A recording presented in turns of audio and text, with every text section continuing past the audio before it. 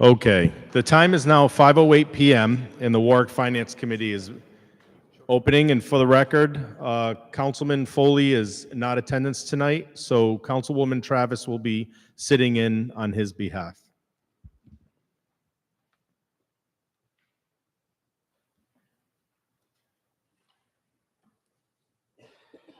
May I have a motion for the acceptance of the minutes for the meeting held on February 5th? Moved. You were here. Yep. We have a motion. We had a second. All in favor? Aye. Thank you.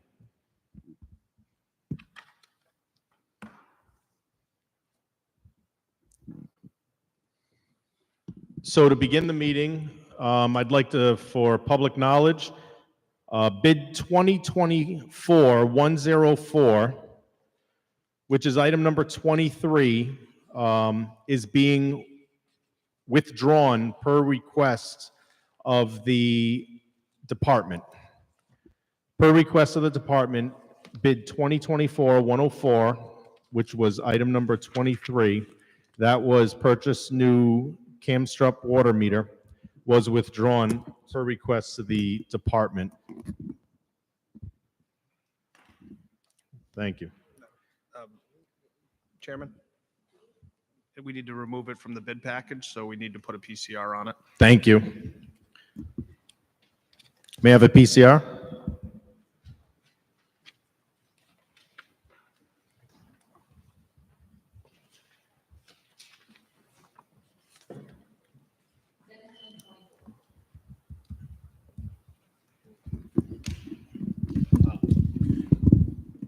Because item number 23, bid 2024-104, purchase of new Camstrup water meter was withdrawn per request of the event director, it is now PCR 17-24.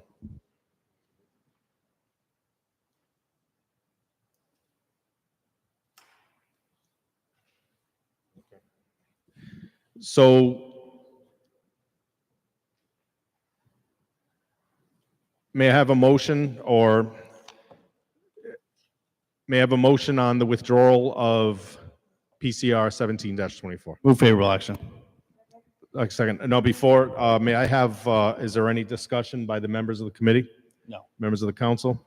Members of the public? Thank you. All in favor? Aye. Aye.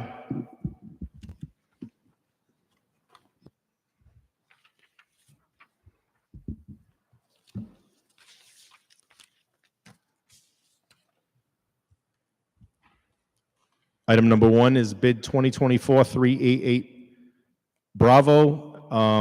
This is the purchase of a mobile command center. And good evening, Major. Before we begin, if there's no objection from members of this committee, I would like to do item number 3 right after Bravo, which would be 2024-388 Alpha, if that's okay. No objections. Thank you.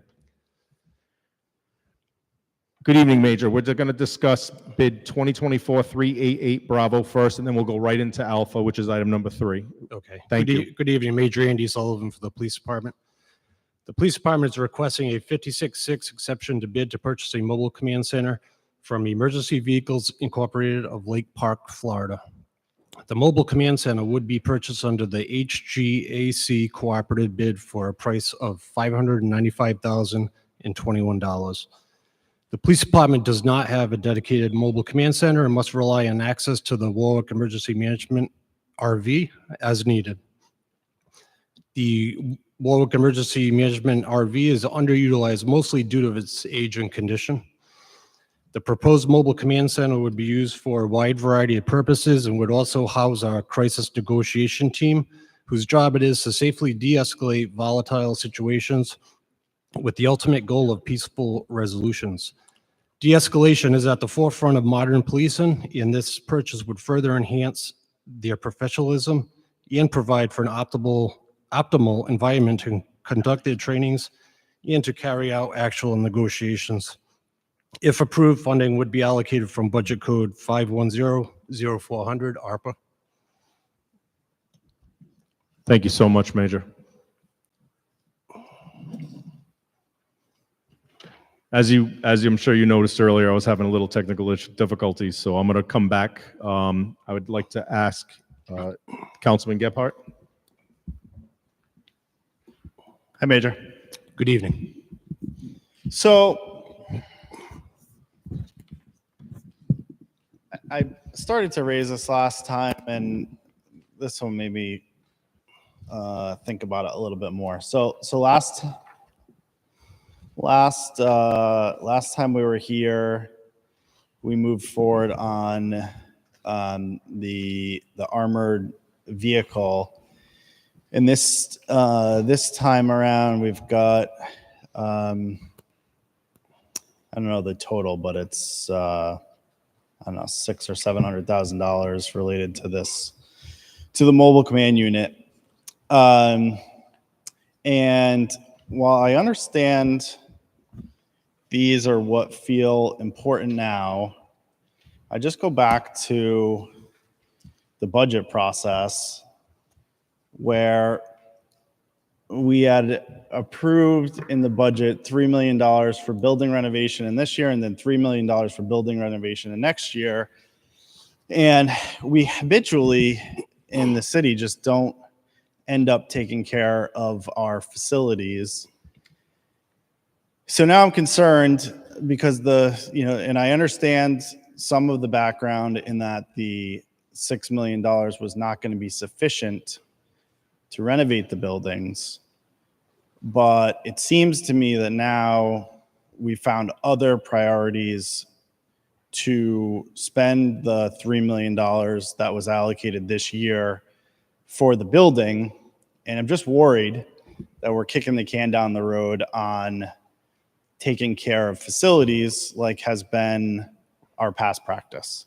And I'll give you the opportunity or other folks from the city the opportunity to talk about it. But last time around, it was that, hey, we've had needs for this vehicle and for the armored vehicle, and so we're gonna we've had multiple calls for it and safety, et cetera, and so we went and purchased it. And now we've got the command center, which your justification sounds logical. I'm sure you have events where you need this. But when I go back to the budget, the priority was taking care of the facility, and I just see that not becoming the focus. So my question is more strategic, and so what are we trying to do here? Because it seems to have shifted from when we put the budget together. So basically, within the last few years, we had commissioned a study with Kessel Booz to draft a rendering and a cost estimate of a substantial improvement to our station. However, that between that cost estimate and what we ended up having for available funds were light years apart, and we could not make any measurable differences for the money we were left with, essentially. So are the purchases that came to us last time and now this one, are these part of a broader plan? Like, do you already have an idea of what you're going to spend the $3 million on? Or is this more a situation of, hey, we promised police that we'd do something for them, and then it turned out to be more expensive, so now we're just going to go down the shopping list and pick up the things that were second, third, fourth order priorities? So based on the exorbitant cost of doing a renovation, that coupled with the school bond that did pass, that kind of left us out in the field, so to speak, without the funding or any potential opportunity for funding. So at that point, we reassessed at what we could do with the money, and as far as any station improvements, and there's really no measurable improvements that could be done for the funds we had remaining, and with construction costs being exorbitant, as we all know. So our priorities at that time shifted to investing in some of our specialty vehicles. These are vehicles that last 20, 30 years that essentially a legacy purchase that will benefit members years from now after we're all gone. Okay, that's helpful. So then, are there other purchases that are part of this package that are not here before us now? Is this part of a broader strategy to replace other of these types of assets? So one of the other things we're exploring is getting a structure, metal structure that would go in one of the parking lots on the Bragger Street side of the building, which is the west side of the building. And that would house some of the specialty vehicles. It would house the motorcycles, because we have a lot of equipment that's stored in Connex boxes and kind of here and there and not centrally stored, and it's not really efficient either. Space is always at a premium at our police department. So this structure that we have planned would house these vehicles, and we do lot improvements out front also, and some enhanced camera systems. The camera systems, that was already approved previously, and that's Yep. part of the expenditure too. Okay. Yeah, it's helpful for us because obviously we spend a lot of time on the budget. We go through what are the priorities, where do we want to spend money? We dig into them, and then we just start to get these large purchases in the bid package that don't appear connected to what we're trying to do. So that's what I'm trying to wrap my head around. So, you know, I'm all for you guys getting the resources that you need to do your job. I'm just I feel disconnected from what the goal is here. Councilman, if I might add something to what the major mentioned, you should. Please identify. Sure. Aaron Mackesy, Mayor's Chief of Staff. The Finance Committee, as well as the full council, should have received a memo from Finance Director Schaefer about a month and a half ago, 2 months ago, that outlines changes in ARPA priorities that included this item as well as the other item that you mentioned considered at the last council meeting. Be happy to track down the memo, make sure we resend it so that you can review it. Yeah, okay. That would be helpful. All right, thank you. Thank you, Councilman. Are there any questions from members of the council? Councilman Lattisaw. Thank you, Chairman. Good evening, Major. Good evening. Afternoon, actually, I guess.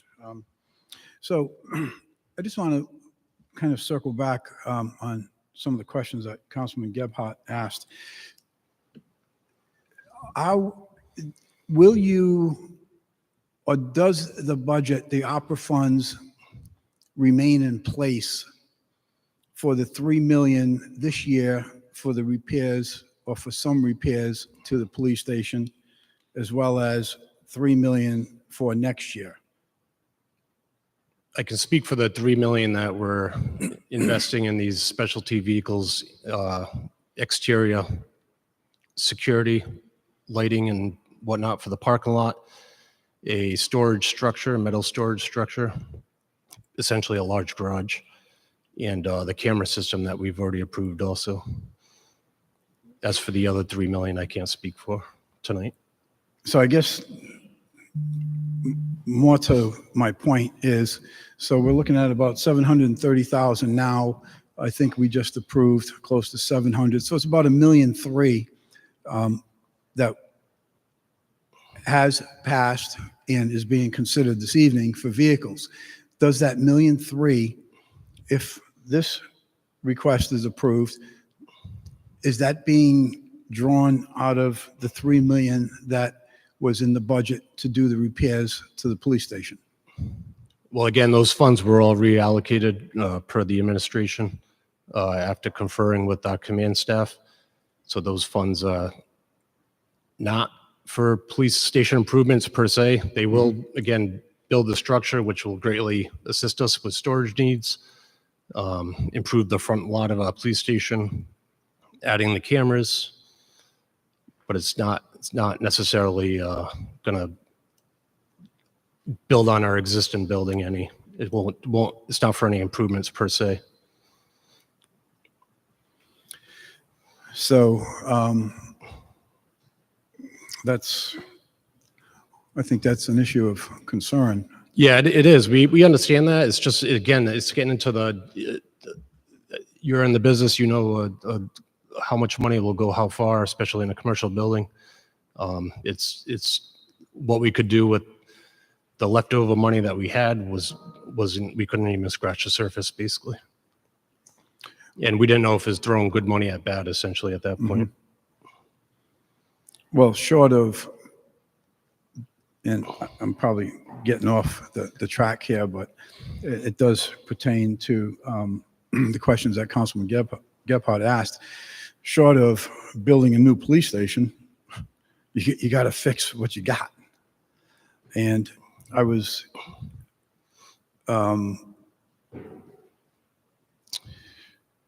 weighing this item around quite a bit. So tell us a little more, Major, about the importance from the police department's perspective for having this vehicle. I've did a little bit of research on this on my own, and I understand that we have a big responsibility here with this airport. Even though they don't pay anywhere near their fair share to us, nonetheless, we own that responsibility. And some of the things that I've learned about the reasoning for this vehicle is for that type of a response. We live in a crazy, crazy world today. Society is not like what it was 25, 30 years ago. We are the second largest city in the state, contrary to what some other folks may allude to. And with that comes a large responsibility. We also have recognition of being one of the 10, I believe it is, most safest cities in the country. And I know we all feel the same about that. We want to keep it that way. And the potential for a serious issue developing in this city is it's a big concern to me. And it just becomes more of a concern every day with all of the craziness that we see going on. So tell us about if there were a serious issue it could be at one of the schools, it could be at the airport, it could be anywhere, it could be at the beach. How would this vehicle aid the police department in their job for assessing, analyzing, reacting, et cetera, as opposed to having boots on the ground? Well, it wouldn't replace boots on the ground. It'd be essentially an on-site small police station, if you will. It'll allow us to drive the vehicle out there. It could be out there and however it takes to drive from the station to the site. It'll be an instant command center where we have radio equipment, television equipment. There are cameras on the vehicle that they're not surveillance cameras. They're just cameras of what the naked eye can see outside of the vehicle. There's a small meeting table. There's a bathroom. It's basically built to sustain a logical command center for an extended period of time, or even a short period of time if the matter is resolved peacefully ahead of time. It also, we previously had a mobile command center that was, I believe, is repurposed to the school department because it just was way beyond its useful life as a command center in the police department. But when we did have it, it also doubled as our backup dispatch center, and that's our intention to use it for this too. There are times when our dispatch center will go down, and our dispatchers could easily and quickly, within about 10 minutes, relocate and be up and running in a command center that's out in the parking lot. That's just one of the many things that can go to a, God forbid, any mass casualty event, natural disasters, public education campaigns that are of a police matter, such as DUI enforcement, press conferences, recruitment drives. It just goes on, the whole list of, you don't see the one we have out there now because it's, again, because of the condition. That's why it's underutilized. It's, a recent example is the UPS strike. We did quite a bit of preparation for that. That thankfully did not happen, but we had to prepare nonetheless. DPW worked diligently to try to get the current, I believe it's 2005 Winnebago emergency vehicle center that we have now, or that the city has now. They spent quite a bit of time just getting that to be minimally serviceable to be used at the UPS strike should we had needed it.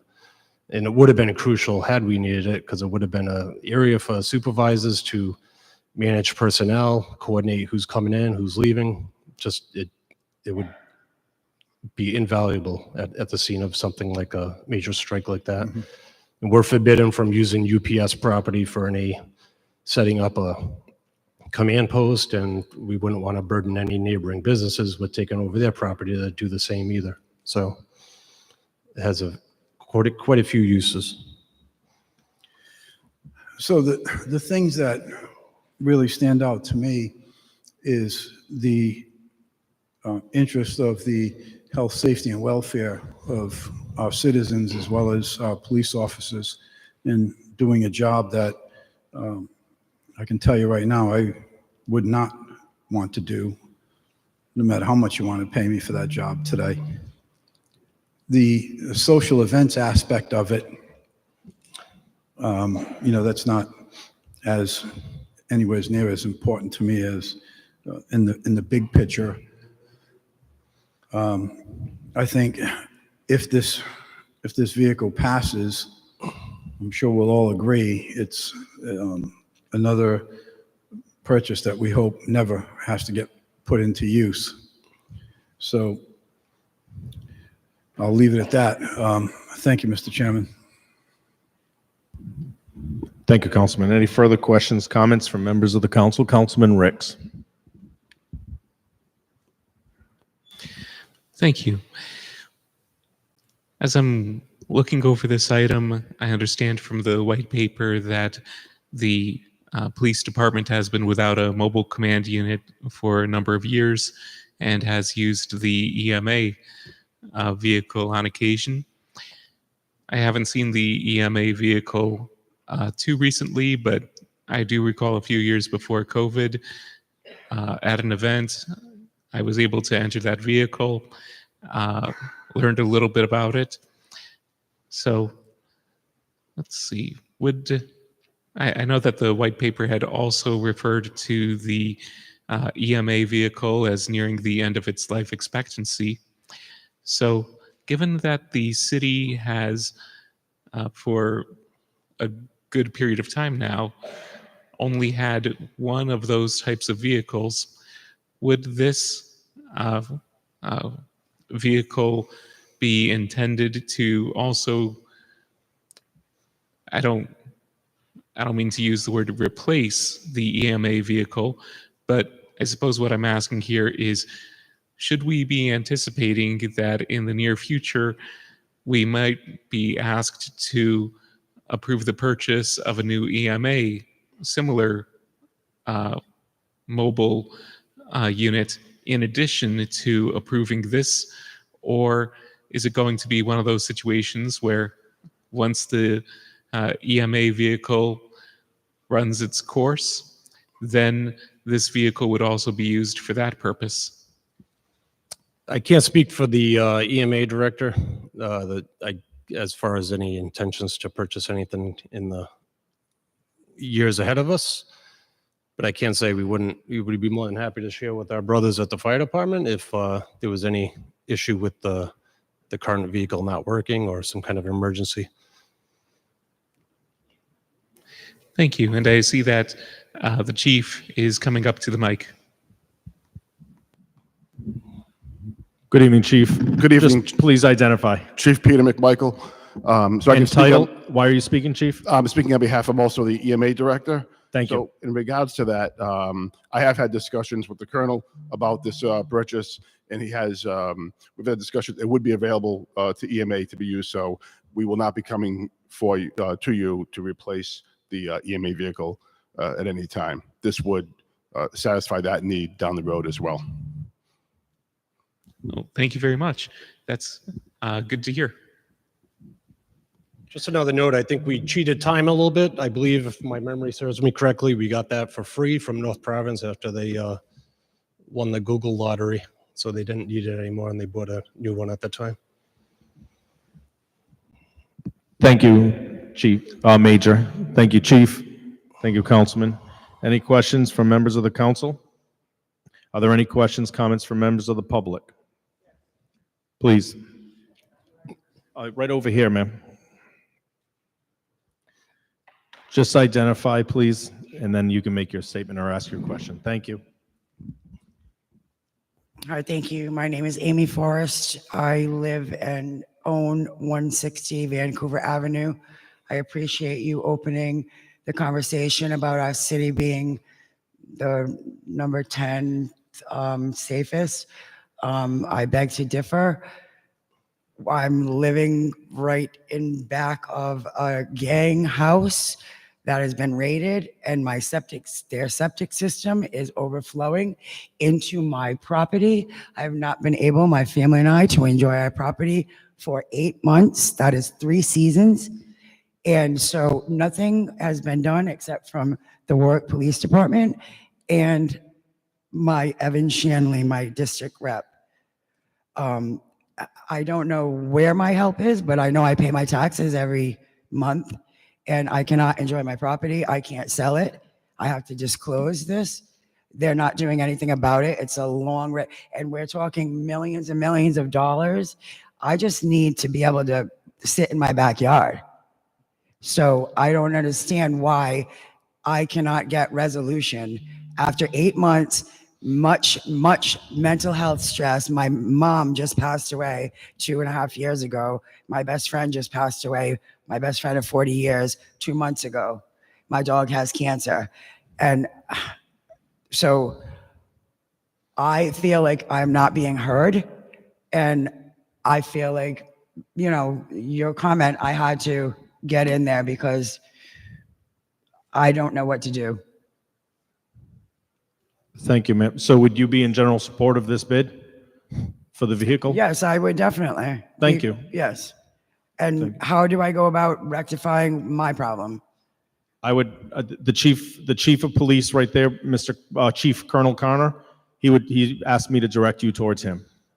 Well, that's not true, sir, because the DEM is the one that's holding the ball, and everyone keeps throwing the ball back to the DEM. Ray Munier, who has told me personally he has over 210 cases, and that this could take over 5 years. Yes, ma'am. What the chief is asking is that you said, is there someone who can help? And the chief raised his hand. He's willing to help you.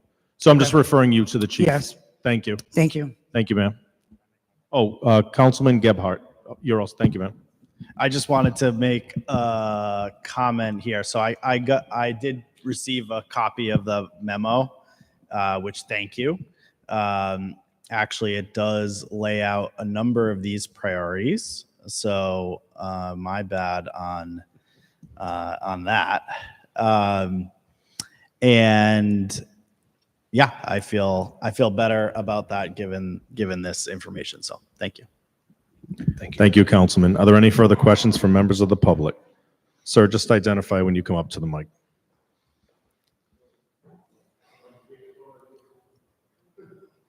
James Torres, U.S. Army retired, 4080 Post Road. I was wondering about the $3 million that you guys get for improvements to the station every year. Sorry about that. Thank you. Do you guys use that to like paint the cells and stuff like that, buy new mattresses and like blankets and stuff? Major? We do routine improvements in all facets of the department as needed. Roger. And like bubblers and stuff like that, and like toilets. Is that like, when's the last time that those? That's were done? fair. Yeah, we have repaired toilets. Roger that. All right. That was the only question, sir. Thank you. Thank you. Any further questions from members of the audience? Thank you. Major, stay there. We're going to go on to bid 2024-388 Alpha. This is purchase of the cab and chassis. This is found on page 18. We are just skipping over a couple pages to page 18 in the bid package. Major, thank you. Major Andy Sullivan for the police department. The police department is requesting a 56.6 exception to bid to order a in order to purchase a 2025 Peterbilt Model 548 cab and chassis to complete the build of the proposed mobile command center, as requested in companion bid 2024-388B Bravo. The chassis would be purchased through the Peterbilt store in Johnston, Rhode Island, under the Sourcewell cooperative bid at a cost of $129,975. This price includes shipping to the Florida facility, EVI, where the mobile command center will be manufactured. If approved, funding will be allocated from budget code 5100400 ARPA. Thank you, Major. Any questions from members of this committee? Are there any questions, comments from members of this council? Councilman Ricks.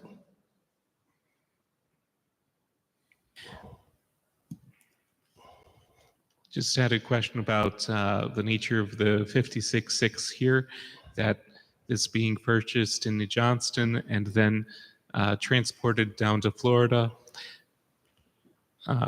Would there be other Peterbilt stores or the like, or other dealers where we might be able to save some money?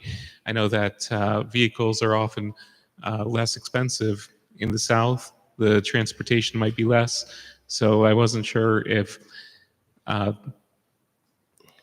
there might be some other options here, or if this is just one of these national corporations where the vehicle wouldn't actually, in fact, originate in Johnston and then be transported to Florida, but really transported from some third location to Florida. You just answered your question, Mr. Ricks. That's the plan. So they're a big corporation, and they have facilities all over the United States and probably beyond. So they're not necessarily going to trailer a unit from Johnston, Rhode Island there. It's not advantageous for them from a business model sense. So they'll find one local to Florida, or more local to Florida, and have it transported there. Okay, that makes more sense. Just when I saw that address pop up on the bid package, set off a little alarm in the back of the head. Thank you. Absolutely. Thank you, Councilman. Councilman Lattisaur. Thank you, Chairman. Major, that was one of the questions that I had that Councilman Ricks just asked. But had any other cab and chassis been priced out for this? I think Peterbilt's probably the Cadillac of the industry and certainly one of the top priced vehicles. I wasn't directly involved in that aspect of the research. However, I do believe they did look around and check for other pricing, particularly under like these cooperative bids, where there's already like an MPA in place. And they found one under Peterbilt, and it's good to have a local Johnston location should we need to have any repairs done. So that's another advantage of using them. Okay, thank you. Thank you, Councilman. Further questions from members of the council? Questions, comments from members of the public? Questions, comments from members of the public? Thank you, Major. Thank you. We'll now go back a couple pages on the bid docket. Go to page 16, please. This is item number 2, bid 2024-349. This is Water Neptune cold water meters. Director, once you get up, please identify, and you may begin. Good evening, Terry DiPetrillo, Chief of the Water Division. Good evening. We're requesting a 2-year bid for cold water meters. We had one bidder, which is Thai Sales. The current contract expires on March 26, 2024, and the new contract will be from March 27, 2024 to March 2026. We're requesting $350,000 for the 2 years, coming out of budget code 84799.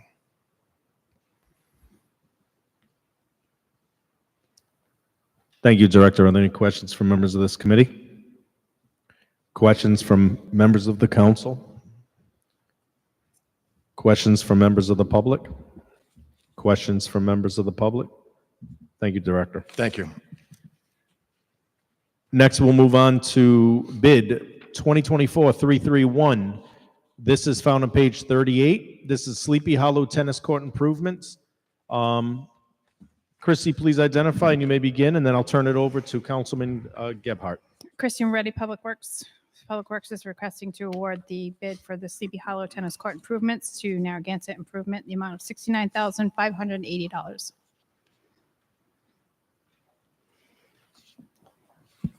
Thanks, Christy. Anytime. Yeah, so this is one of the ARPA ward projects. There is a somewhat dilapidated tennis court. We went out to bid. I think we got a couple bids back, and we're going to reconfigure this tennis court to have pickleball and tennis as well, dedicated, and should be a great project. So appreciate your support. Thank you, Councilman.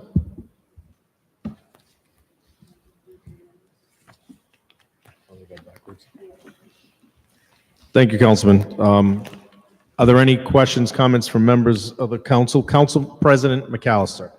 Thank you, Mr. Chairman. Just a statement. I grew up right around here and got a number of calls. People are excited about this. So, Councilman, good work. And I think it's good forward thinking to not just do the tennis courts over again. That pickleball is the new popular sport. So I'm glad that you guys are doing that. So obviously I support this, and I just wanted to mention that a couple of people have reached out to me in support of this as well. So thank you, Councilman. Thank you, Christy. Thank you, Mr. President. Questions from members of the council? Questions from members of the public? Questions from members of the public? Thank you. Next is item number 5, bid 2024-389.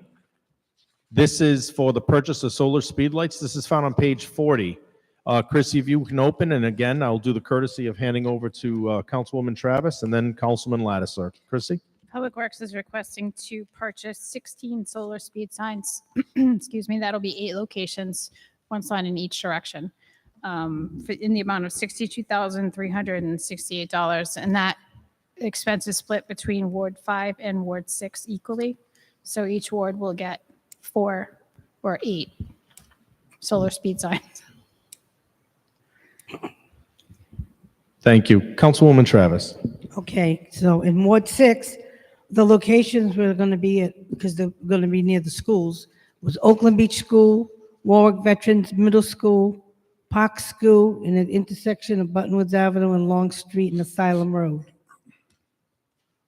So then it would be 4 locations, but 8 signs. Yes, 2, well, 1 in each direction at each Right. location. So 4 locations, 2 signs each, 8 signs total. Yep, thank you. Thank you. Councilman Lattiser. Thank you, Chairman. So, excuse me, I don't have any questions, but as Councilwoman Travis said, I have had a couple of them in my ward already, and we're finding them to be most effective. Interestingly, this morning I was coming down Warwick Neck Avenue, heading to West Shore Road, and the sign is flashing away with the car quite a bit in front of me at 37 miles an hour. And in that spot, it's a 20-mile-an-hour area. So there's still some people that apparently they just don't understand. But I found that those signs on Warwick Neck Avenue have been very effective.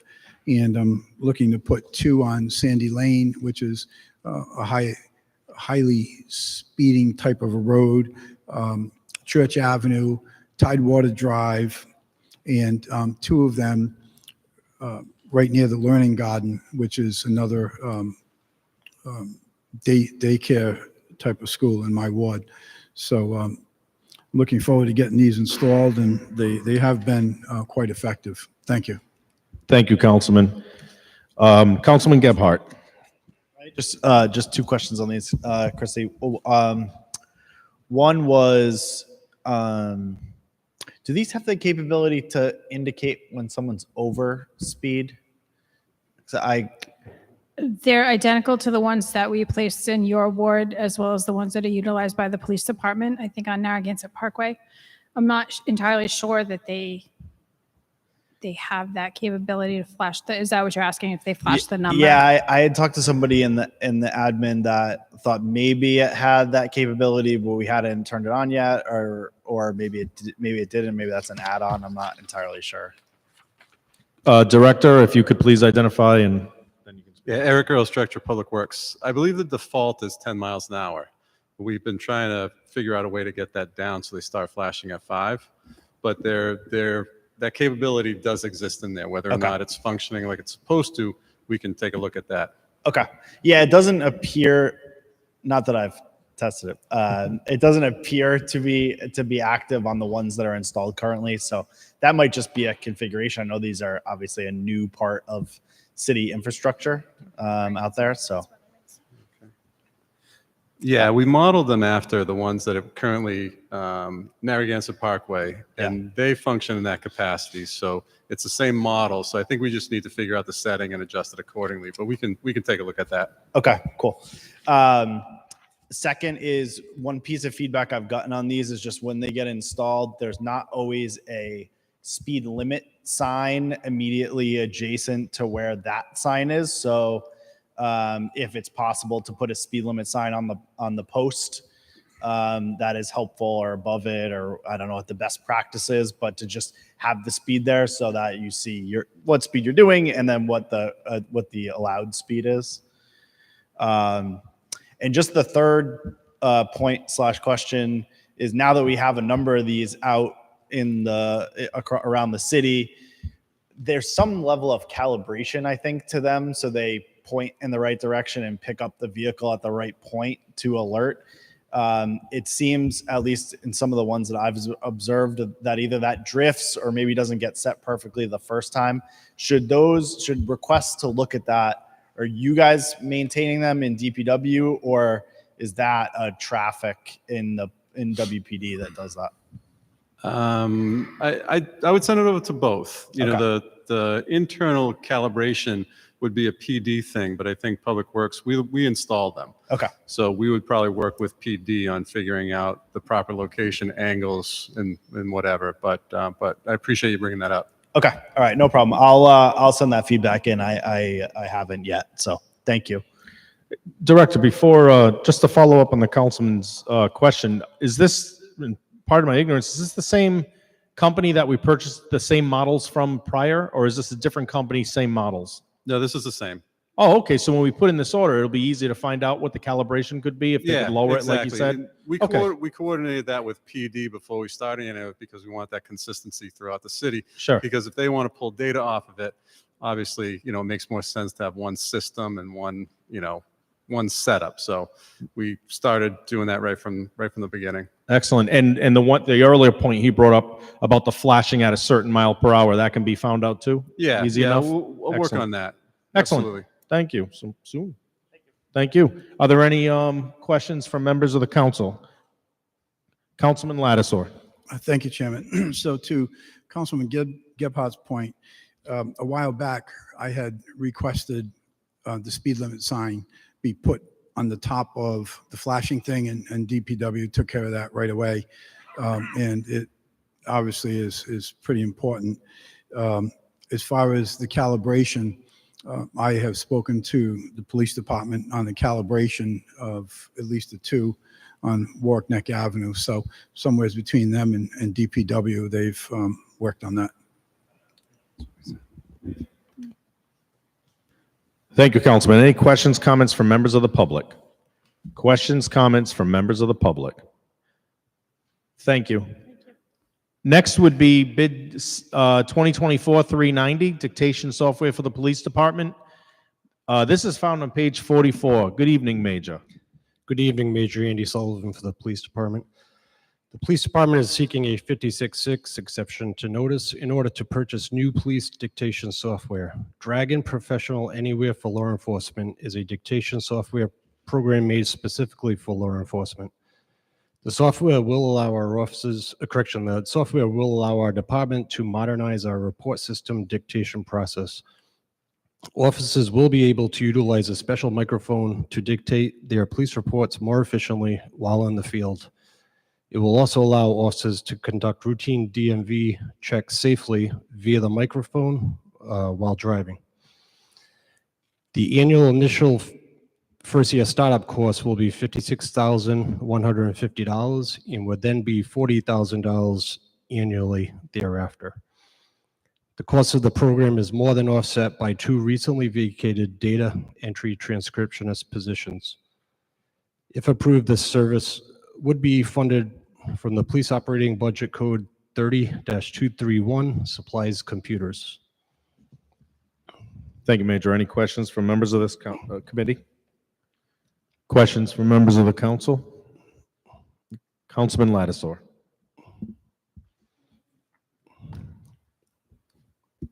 Thank you, Chairman. Major, could you tell us what the savings will be for the elimination of the one part-time transcriptionist as well as the one full-time budget person? Yes, the full-time position is budgeted at $57,262.50, while the part-time position was budgeted at $15,145. Recently, in recent months, we had one full-time transcriptionist retire and the part-timer quit. That leaves us with one full-timer who we plan to retain, who will still have work to do outside of the abilities of this software. And that salary of the full-time employee at $57,000, that doesn't include any benefits, correct? That's correct. So the savings between the one full-time, which you will not need to fill, as well as the part-time that you're not going to fill as a result of the software, should it be approved, it's well in excess of $72,000, which is what, 20%, 25% over the cost of the software itself, right? Yes. Thank you. Thank you, Councilman. Any further questions from member of the council? Councilman Ricks. Have you or has someone in the department given this software a test run, or is the software that's currently being used? Yes, our ASD Lieutenant Tim Kenyon, he did work diligently with the company to try out the software, explore it, research it. He did a great job, and we're confident this is going to be a good program for us. The important thing is it's CJIS compliant, CJIS. That's a criminal justice information services. Where law enforcement agencies are somewhat governed by that as far as transmittal of data. And this software is compliant with that. So there's no jeopardy of, well, less jeopardy, I can't say never, but of any cyber attacks. Well, that's good to hear. I know, this is, whenever it involves police business, we can't just have it going over the cloud in some standard kind of a commercial system that other businesses may be able to use, but obviously the police department has to take much greater precautions there. So I can certainly see the need to go with a different company than some other competitors that aren't specifically geared in this way or wouldn't be providing this specific equipment and the like. Glad to hear that there was the testing done of this, because speech recognition technology has improved quite a lot lately, but it's in my experience, it's not quite there. So I'm satisfied that the department did its due diligence in determining that this particular speech software would be able to effectively replace that one full-time and one part-time transcriptionist, while having still one full-time transcriptionist. Thank you. Are there any further questions from members of the council?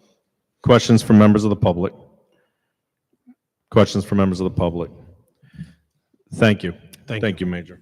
At this time, we've come to the part where I am going to call on members of the committee, members of the council, and then members of the public if they would like to pull any item within the bid package for discussion. I'll give everyone a moment, but I'll start with item number 7, bid 2024-379, found on page 50. I am pulling that for the council president. Per request of the council president, I will be pulling that item. Were there any others, Councilman? Okay.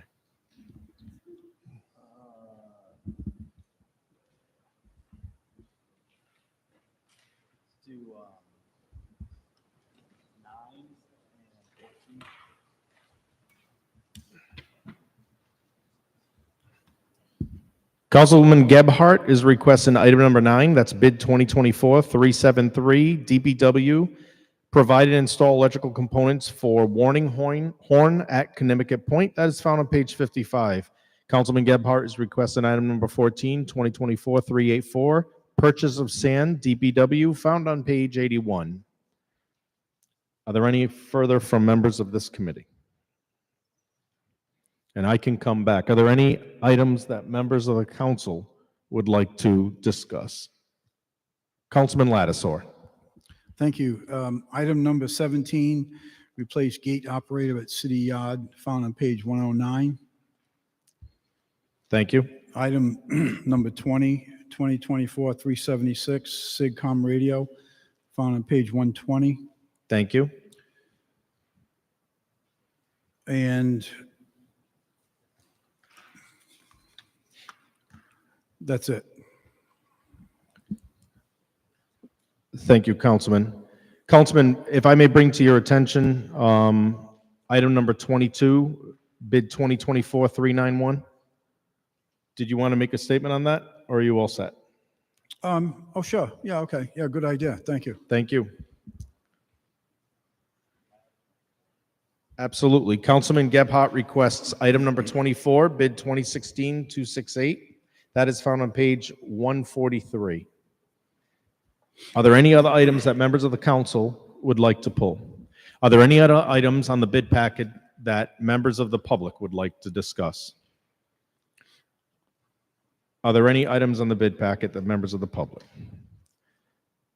Thank you. So I'll do a quick review. The council president requested bid 2024-379, found on page 50. Councilman Gebhardt requested item number 9, item number 14, and item number 24. And Councilman Lattisaur requested item number 17, item number 20, 22. And we will go in order. So therefore, I will start with item number 7. That is bid 2024-379. That is the purchase of a 2027 KME 1500 GPM pumper for the fire department. That is found on page 50. Council President McAllister. Thank you, Mr. Chairman. Good evening, Chief. Good evening, Council President. So this one popped up, I think, for most of us here in the council, buying a pumper here, a used one. Can you explain the process on that? Did our people review it? And just for the background on this, I know I've talked to a lot of rank and file police officers, and they are not fans when we purchase used trucks. So we're aware of that. Every council person has heard from people in their neighborhood that are firefighters on this. So if you could just explain the process, how you found this truck, the mileage on it, what our mechanics reviewed it and stuff like that, and how this is a backup, and just explain the process for us, please, Chief. Certainly. So some time ago, our reserve fleet was depleted. There really was no reserve fleet. So we've worked over the past couple of years diligently to build up our reserve fleet. And we've accomplished that so that when one of our frontline trucks is down, we're able to keep that firehouse open with a crew in service on a reserve truck. So we were made aware that this truck was going to be put off for sale by the Barrington Fire Department. I should say it was going to go to, it was either Gov Deals or Musa Bid, one of those two sites that's used to auction off vehicles at a price of $50,000. Before we made contact with the fire chief in Barrington and said, before you do that, before you put this on that site, can we have a look at it? So Assistant Chief Gouveia and one of our Department of Public Works mechanics viewed the truck, inspected the truck, and determined it was a good buy for what they were asking for it, and we negotiated the price a little bit lower to from what they were going to ask at $40,000. At the same time, we were decommissioning one of our other reserve trucks, as well as one of our frontline trucks. The frontline truck needed extensive repairs that was somewhere north of $25,000. And after consultation with Public Works Repair, it was determined that that truck was not, it was not feasible. It was not worthy to dump that type of money into an old truck like that. It had substantial pump, mechanical, and frame rot issues. So that truck was at end of life. We do have a new truck on order to replace that. However, it's still going to be a decent amount of time before that truck is delivered. And so this will allow us to use this vehicle as a frontline truck until that truck comes in, and then it will continue to serve as a reserve truck for us down the road. Yeah, as you mentioned, we've come a long way from not having any. I mean, I think we're all very pleased not to see other cities and towns, their last line trucks that they let us borrow. That we haven't gotten that point yet. So this is kind of just to get us from now until we get the new truck that's coming in. You've mentioned it takes well over a year for these. We've been buying them a year out. We've been coming to us before here and for them to build them and to come out and stuff like that. So you're looking for this truck to really be a stopgap here, to be on the front line for a little while, and then would move into the reserve thing. So we're not looking to get 10 years out of this truck, but it's going to be enough that it's $40,000 to purchase it, but we're not looking, obviously you can't predict the future, but we're not looking to put $200,000 into it after the fact, correct? That is correct. Yeah, because Yes, sir. that's always the worry that we have when these purchases come. And I do have to, like I said, I think it's important to express that I know that the rank and file have concerns whenever we purchase these. So we all get those calls. So I think it's important. And I said I would mention it, and I'm mentioning it. Yes, sir. And we've, of course, the rank and file is aware of the purchasing program that we've put in place with the support of the mayor's office and the city council to upgrade our fleet. And so they're aware that the new trucks are on order, but of course we're facing unprecedented delays and delivery times for these trucks, to the point that the last one was it's over 2 years for the last one that we purchased. Yeah, and that's one of the things that happens when Warwick wasn't the only city that got ARPA funds. So everybody was trying to purchase these trucks as well. So that plays a big part of it as well. So, all right, thank you, Chief. Thank you, Mr. Chairman. Thank you, Mr. President. Councilwoman Travis. Yes, thank you. Thank you, Chief. I know that you mentioned that Public Works went out and they're the ones who checked it. Yes. All right, because I know a lot of times when I ask questions, they say that they're not the ones, they have to send the parts out for a lot of the trucks. So I kind of leery about if they're the ones that are checking it, yet they're not the ones fixing it, that maybe they might have missed something. And we don't get anything in our packet anymore other than it said no warranty, no guarantee, or nothing. So when was the last time was it used? When was the last time it was serviced? What was the problem it had the last time? I mean, we got burnt at the last administration when we bought something from the airport and it lasted, a month? And we spend that money and it was no good. So before I spend money, I wanted to know we're going to get something out of it. Yes. So I can speak to that. Yeah. So the DPW's repair division will review the truck mechanically. So the engine, the frame, things of that nature. What DPW does not repair is the pump components of it. So they're not certified to repair the pump. So what we did do is we had the pump inspected by a company that is certified to inspect pumps, and we had them review it and inspect it and give us a report on it. And they determined that the pump was it passed the pump test. So they tested it to NFPA standards. It passed the test, and they signed off that it was in good working order and was also a good purchase for us. So we did take that extra step that so what DPW could not give their expert opinion to, we had a certified company provide that to us. Well, I'm glad to see you did that. Thank you. Yes, ma'am. Thank you, Councilwoman. Members of the council, Councilman Lattisaw. Good evening, Chief. Good evening. So to kind of follow up on Councilwoman Travis, I remember hearing this same conversation some time ago, and I believe we were convinced to buy a used truck for I think it was $25,000 or something. And within a month or so, this thing was basically ready for the graveyard.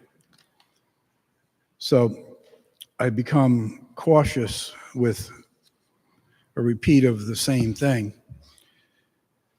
This truck that Barrington, is it Barrington?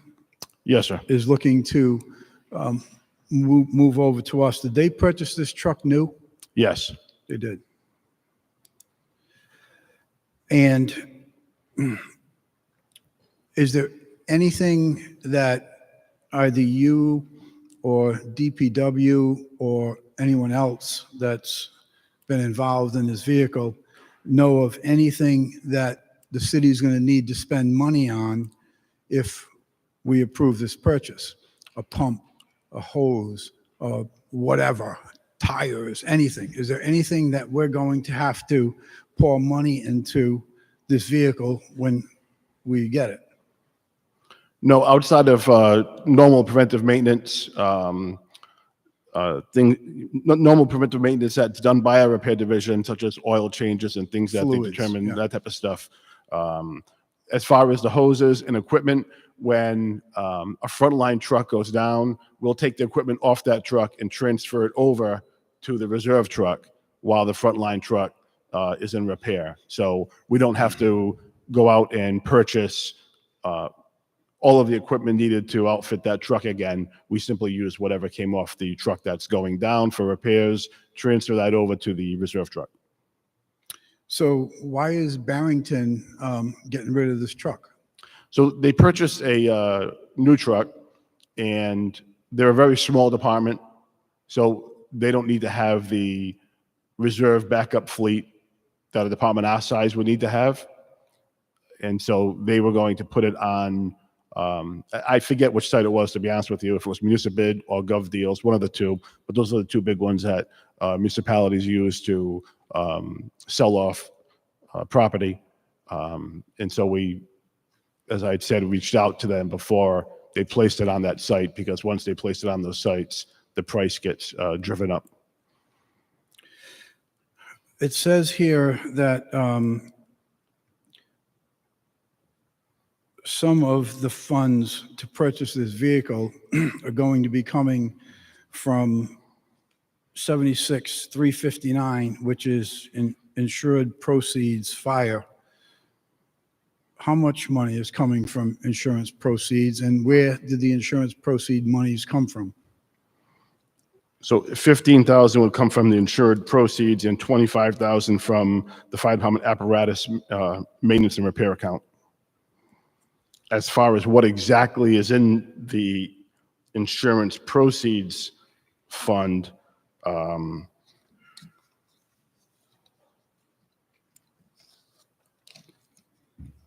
what I show that as having is 17,531 in it.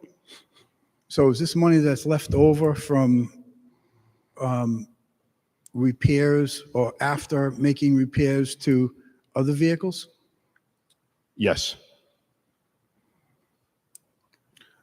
So does that mean the amounts of monies to repair other vehicles that were approved by the council were actually less than what we approved? Is that how you build up this accumulation in insurance proceeds? No, I wouldn't really be able to speak to the buildup of the funds in it or when funds are paid in or pay out of it. Really, I'd have to defer to finance on that. But I know over the past couple of years, there have been vehicles that have been involved in accidents that were covered by the trust, but may not have been repaired due to their age of the vehicle. So, speaking about some of these other vehicles, these, I think you said it's 2 vehicles that you're going to be decommissioning? Yes, Okay. a reserve truck and a frontline truck. Are either of those 2 vehicles the vehicle that was involved in the accident at the airport less than about a year ago? No, Or the one that just recently happened at Post Road? no, Neither of those 2 vehicles? no, sir. And so they've had this vehicle back. Let me back up. The two vehicles, one of them I think you said is a pumper that's being decommissioned. How many miles on that vehicle?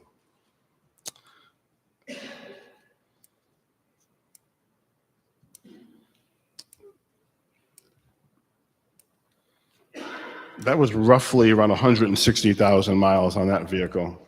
And what year is that vehicle?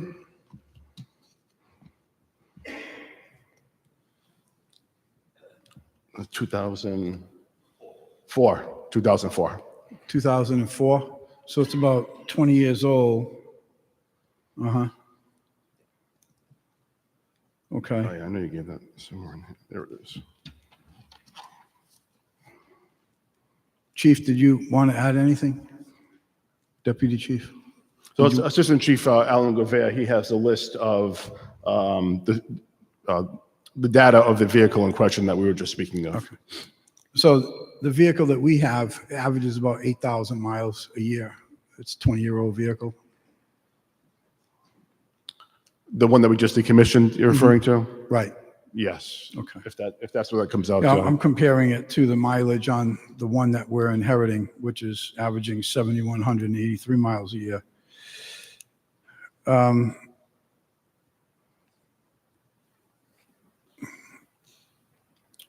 I believe that's all the questions that I have. Thank you, Chief. Thank you. Thank you, Councilman. Any other questions from members of the council? Questions from members of the public? Questions, comments from members of the public? Thank you. Thank you. The next item will be bid 2024-373, provide and install electric components for Warning Horn at Connecticut Point. This is found on page 55. Chrissy, once you identify, I'll hand it over to Councilman Gebhardt. Thank you. Hi, Christy. Hello, Christy Moretti, Public Works. All right, so this is work that's already done, right? Yes. Yeah, okay. And so this is prep for the installation of the alerting system, not the actual alerting system, right? Yes. Yeah, okay. And when will that be up in active? I'm not entirely sure on that. I would imagine before the summer. We've gotten all the electrical components installed underground, connected, ready to go. So we just have to get the next phase of it completed. Okay. All right, got it. That's all I have. Thank you. Thank you, Councilman. Any questions from members of the committee? Questions from members of the council? Councilman Lattisaur. Thank you, Chairman. Hello, Christy. Hello. Christy, why? So let me back up. I think Councilman Gebhardt already touched on it, but this work in the amount of $16,830.98, this work has already been done? Yes. And how is it that it was done without getting approval from the city council? This was a direction from the administration. It was coordinated. We received the bill, so Perhaps the chief of staff would like to answer that question. And that question is, how is this work being authorized and completed without getting approval from the city council? And this is the second time in about 2 months that we've had this same situation. And by the way, this work began to be performed, most of it was done about 8 months ago. correct. Thank you, Councilman. I see the chief is, the councilman requested the chief speak. I see the chief is consulting. If we can just wait a moment. Sure.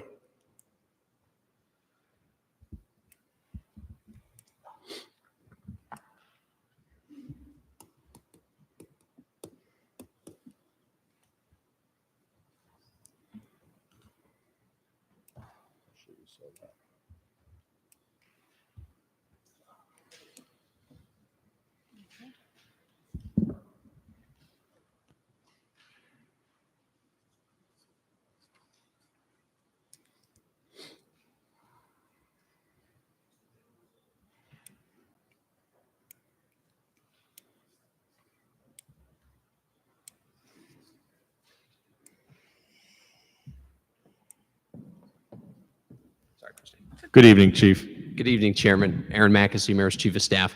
If you wouldn't mind, just courtesy for us, if you could pull this one out, the purchasing director and I confer, and we'll come back with an answer shortly. Would you like to, you mean put it on pause and come back to it at the end? Correct. Absolutely, we can Thank you do very that. Mr. Chairman? Yes, Excuse me, if they're going Councilman. to, have to research this, I'd also like to have the license number of this company, O'Neill Electric, what their license number is.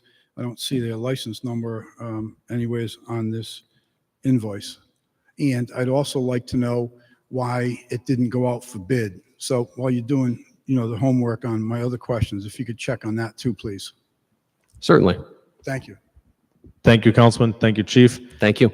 So what we'll do now is we'll just put this one on hold, and I ask that the members of the council committee and public, if you have any questions, we're going to do the courtesy of allowing the administration to come up with the answers to Councilman Lattiser's questions. So we will move on to the next item, and this is item number 14, requested by Councilman Gebhardt, found on page 81, purchase of sand, bid 2024-384. Chrissy, please identify, and then Councilman Gebhardt, you have the floor. Christy Moretti, Public Works. This may be a quick one.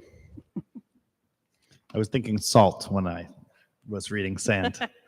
This has nothing to do with snow, does it? It actually does. Oh, It perfect. does, yes. So my question was, didn't we fund a barn? So yes, we have a salt barn. We have a sand barn. So that's where we keep the material stored. This purchase is related to, we have a bid for winter sand. However, at the time we needed a delivery, we couldn't get a hold of the awarded vendor. We had a storm coming in a few days. So after multiple phone calls on multiple days to the vendor and couldn't get a hold of them, the department had to make an alternative plan to get the material. So that's why they called Vinagro, and now we have this bill to pay. Got it. We do have a barn now. We do. Is it working well? It works very well. That's great. Okay, that's all I have. So are we replacing the vendor permanently with this new vendor? We are not. This was a one-time purchase from them. We've actually just received a sand delivery from them, from the awarded vendor in the last week and a half or so. So for whatever reason, in that time period in January when we needed to get sand, they were unresponsive. So we had to, in the situation being what it was, we had to get it somewhere else. Okay. Did they apologize? That I don't know. Thank you. Well, I would like to say that I do appreciate, I had a conversation, I do appreciate the fact of being, proactive instead of sitting there trying to explain to all our citizens we couldn't get the streets done because they never responded. So I I understand and appreciate the proactiveness. So this is there any further questions from members of this committee? Questions, comments from members of the council? Councilman Lattiser. Thank you, Chairman. Christie, I had sent you off, excuse me, I had sent you off an email yesterday, and I realized that, it was your day off, asking for the contact information for We Lease It. And I don't believe that you responded back to me. So if you could provide me with that information, please, I'd appreciate it. And so what was the reason? Have we gotten to the bottom of this? Why this vendor was not responding to multiple phone calls? I don't have an explanation from the vendor. However, when it comes to public safety, that's our first priority, particularly with the snow event. So the department did what we had to do. But they did deliver us sand. I actually just received the bill today, so it was probably within the last 2 weeks, maybe. I think it was before I went on vacation. They were hauling it in. So I'm not really sure if there was, a family issue or whatever the case was, but we couldn't get a hold of them, and we needed the material. Christie, I'm not disputing or challenging what you did. I think what you did was very responsive and was quite responsible for doing so. What I'm questioning is here, once again, we seem to have a vendor where the tail is wagging the dog. And this is becoming annoying, at least to me, with some of these vendors. And I would like to know, and again, I understand your position. If they're not telling you why, they're not telling you why. I'd like to know why they weren't responding to multiple requests. Where this isn't like we're asking for, a gallon of antifreeze. You're asking for something that's critical to the safety and welfare of our workers as well as our citizens, and they're not responding. So to me, that We Lease It, I'm going to kind of ingrain that in my memory banks next time a bid comes up, that they're not responsive. Okay, fine. Then maybe this councilman won't be responsive to them. Well, But if you could get me that information, this Christie, is- I'd appreciate it. This is the only time that I can recall that we've had a vendor not be responsive. So I'd like to, I'd prefer to give them the benefit of the doubt that they weren't just ignoring our calls for material, assuming that there was some legitimate reason why they weren't unable to get us material. If they're in the business of being in the position to service a city the size of Warwick with the necessity of sand, if they're that large a company that they can handle that volume, then I think it's more than just one person on a phone or an answering machine. And multiple phone calls. What does that mean, Christie? Did you make multiple phone calls within half an hour? I think not. I did not I did personally not, make right? the phone calls. The highway division did. But no, they made a couple attempts over each day over, I don't know, probably a span of 3 days Yeah. or so. There you go. So you were ignored.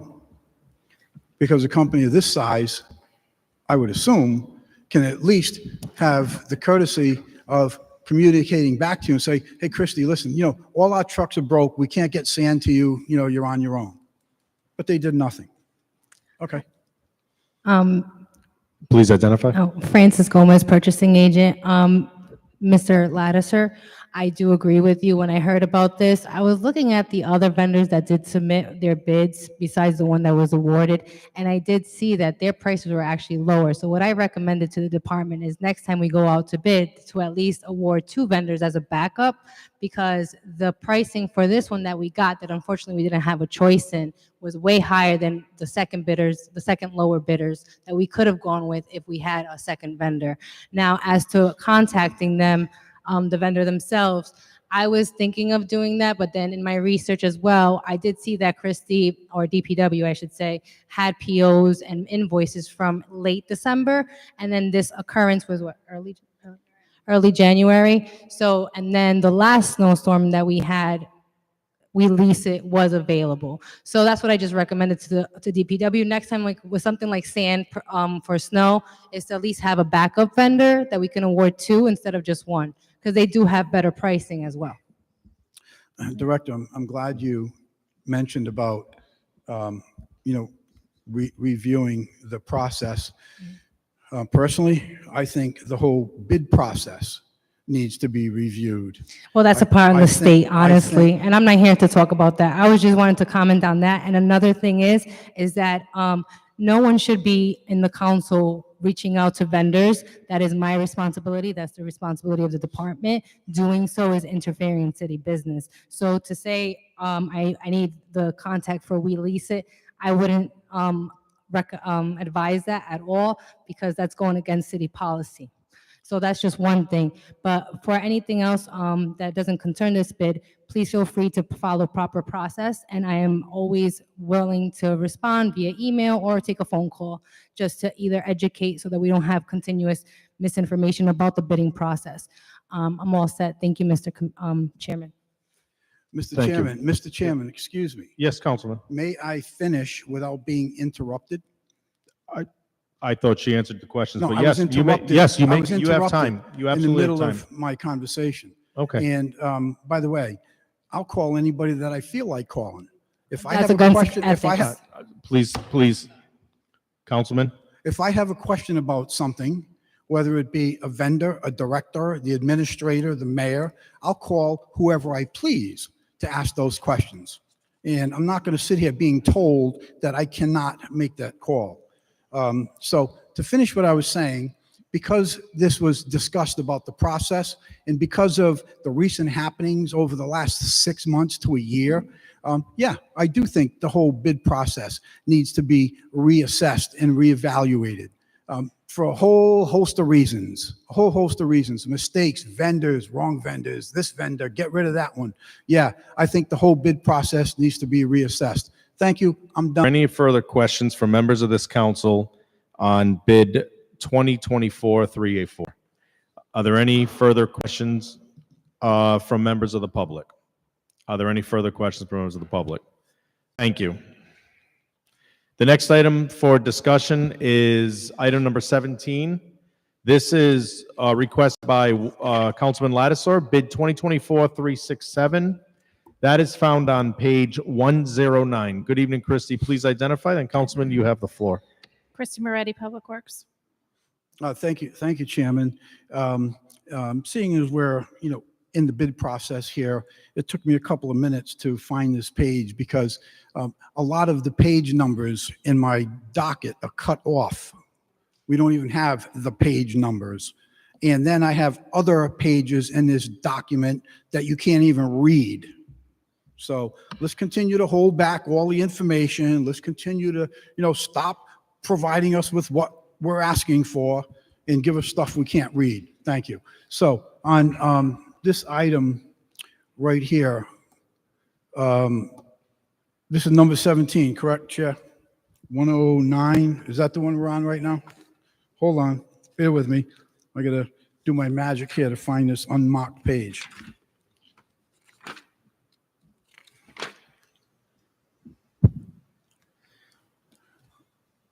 Christy, this is an easy one. Are there any cameras at the gate, or are there cameras that DPW is using in the yard, especially for after hours when, staff for the most part isn't there? Yes, We do have cameras. yes. And I understand, and obviously you need to have this gate replaced, but there's a camera on that gate as well? Yes. Okay, and there's a camera in the backyard. If there's anyone in the backyard, looking at the trucks, obviously we've had, our share of problems in the backyard over the years. Not anyone's fault, certainly with DPW, but there's cameras back there that kind of pick up on some of the stuff. Yes, there are a couple of cameras facing the yard. Okay, thank you, Christy. Thank you, Chair. Thank you, Councilman. Next on the docket is item number 20, bid 2024-376, SIGCOM Radio Alarm propagation system. I butchered it. You're gonna have to help me with that, Chief. Propagation. Thank you. And this is found on page 120. Chief, you have the floor, and then Councilman Lattiser. Assistant Chief Umbenhauer with the Fire Department. Chief, in the second paragraph of your position paper, it says, additionally, this study will identify the upgrades required to have the existing fire department fire alarm receiving station relocated to Station 10. Could you tell me, what does that involve? So currently, we're in the exploratory phase of upgrading our fire dispatch center. And in that process, we have federal grants that are earmarked for it. We're looking at potential locations to relocate that dispatch center. Station 10 happens to be at the forefront of our minds right now because it's an excellent location with adequate space to house it. But before we can do that, we need to do a propagation study to make sure that we have the correct receiving stations and, if necessary, repeating stations for the radio transmitters to be able to reach our Station 10. So we don't want to make a decision on whether or not to go there if we have to put really the money that we would have to put into the system to relocate it there. It's really a feasibility study at that point. Station 10, that's the one in Potawatomi, the brand new station in Potawatomi, yes. And is there a tower there now? There is no tower there, and the new dispatch center will not have a tower. Because of the elevation of the property there, they would have to put several what they call sleds. So they're basically 4-foot metal structures that go on the flat section of the roof between the two peak sections. So it would be, if they put the antennas up there, they'd be barely noticeable from the roof. Okay, thank you. Welcome. Thank you, Councilman. Any further questions from members of this committee? Questions, comments from members of the council? Questions, comments from members of the public? Thank you, Chief. Thank you. The next item is requested, Councilman Lattiser, this is DPW purchase of flashing pedestrian crossings. This is found on page 129. Thank you, Chairman. No questions. I just would like to make a comment on that. Thank you for bringing that to my attention. So these flashing crosswalk signs will be just like the ones that I had installed at the handicap ramp, crosswalk, I should say, over at St. Kevin's. And this will be placed right at the north and south location of the Learning Garden. This is a very successful daycare facility, and it's in a rather sharp bend at the Warwick Neck Avenue area. And because of the drop-offs and pickups, there's just cars and people, all over the place. So, that's, I'm sorry, at Warwick Neck School, there is, the issues of the speeding over there, et cetera, and those flashing crosswalk signs are going to be very, very beneficial, particularly for the safety of lots of kids that are crossing across Warwick Neck Avenue, as well as the crossing guard that is there every day. So appreciate the support on that, and I'm looking forward to getting them done. Thank you. Thank you, Councilman. Any follow-up comments, questions from members of the committee? Members of the council? Members of the public? Thank you. Next is item number 24, bid 2016-268. This is found on page 143, Police Internet-Based System for Police Application and Recruitment Management. Good evening, Major. Welcome back. Good evening, Major Andy Sullivan for the Police Department. Councilman Gebhardt. Hi, Major. Thanks. I had just maybe one question and one suggestion. Question being, I'm all for digital recruitment tracking process. Definitely a good efficiency. I don't believe we have anything in place for applicant tracking for all city positions. I don't know, Phil, you might know if we have anything for any of the other departments.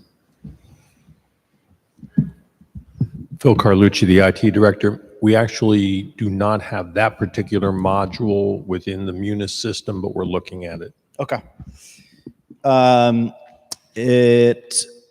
So I know this is an established vendor and they're doing more than just the electronic tracking of applicants. They're doing some advertising, and it seems so maybe they're like federating our post out to law enforcement websites or something. But just as we look, to modernize other parts of the city, getting on a singular platform, if possible, to manage applicant tracking, I think would be helpful. So that's just one question, which thank you, Director, for answering. The second is, I saw that this part in your position paper, Major, you talked about applicants to the department pay an application fee. And then also you mentioned that recruitment is down. So I don't know, just a consideration, is that a barrier that may be impacting recruitment? Is that kind of standard practice? Just something to consider. Maybe it weeds out folks who are not serious. I'm not sure, but having a application fee to apply for a role may limit your pool further. So the way this works, to your point, is a $50 application fee. That's what the police app vendor charges. We could add our own charges, which we had previously, but due to supply and demand, we've basically gone down to zero. So we don't get a check from police app anymore like we used to when the supply was higher. It's just a sign of the times, and that was our way to try to acquiesce and try to lessen the burden to any applicants. However, we can't speak for the vendor as far as what they charge, and that's that they are like the standard vendor for, I believe, everybody in Rhode Island for the application process. So is it pretty common that if I want to apply to be a law enforcement officer that I pay a $50 fee to be considered? If you're going through police app, that's like guaranteed, because that's police app's business model. That's what they charge. Got it. Whether it's an add-on fee by the individual department thereafter, that's I don't know what the other departments are doing, but we've whittled it down to zero on our end just to try to increase the applicants, and still really isn't making a difference. And would police app let you subsidize that $50? Would they allow you to not collect it from an applicant but pay for it on our side? Yes, I believe there are like scholarship offers embedded in the contract, that hardship and whatnot, that it's waived. Okay. Yeah, thanks. I was surprised to see the fee to apply, and then in conjunction with the struggle to recruit, whatever we can do on that side. It seems like it'd be money well spent to get a bigger pool. So take that do with that what you will. Thank you. Thank you. Thank you, Councilman. Any questions from this committee? Questions from members of the council? Questions from members of the public on this bid? On this one particular bid? Is that your question? Thank you.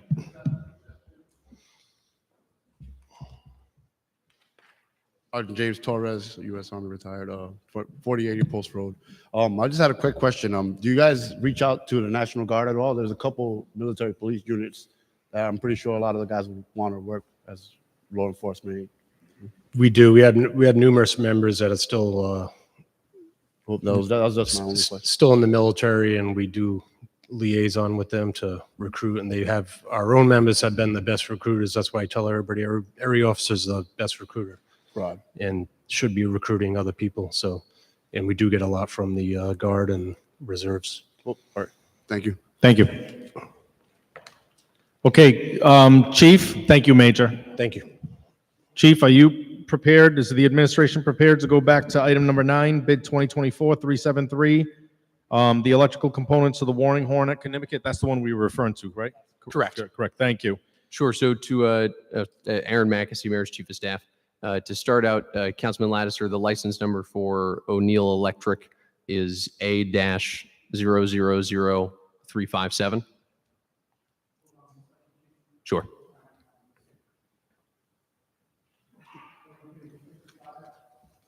Correct.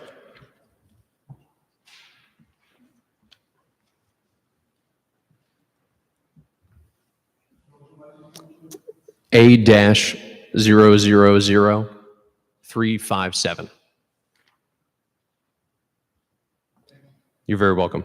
As to the other portion, in speaking with Director Earls and the purchasing director, O'Neill Electric is the city's, for lack of a better term, electrician on retainer. Any work that's over and above what the electricians of the DPW can handle, O'Neill handles that work as it comes up. And as to the work being performed, as you can see, the invoice appears that it was not sent to the DPW until January the 22nd or January the 20th of this year, with the work having been done over an 8-month period, beginning in May, I believe it said, and ending in August, hence the number. Thank you, Chief. Councilman Lattiser? So, Chief, I think what you just alluded to was O'Neill Electric is kind of like the electrician on call. Correct. So, He has that, or they have that bid. Yes.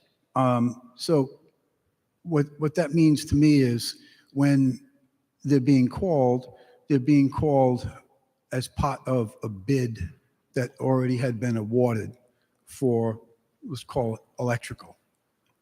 This wasn't the case. And by the way, I'm not disputing the need for this to be done. Mm-hmm.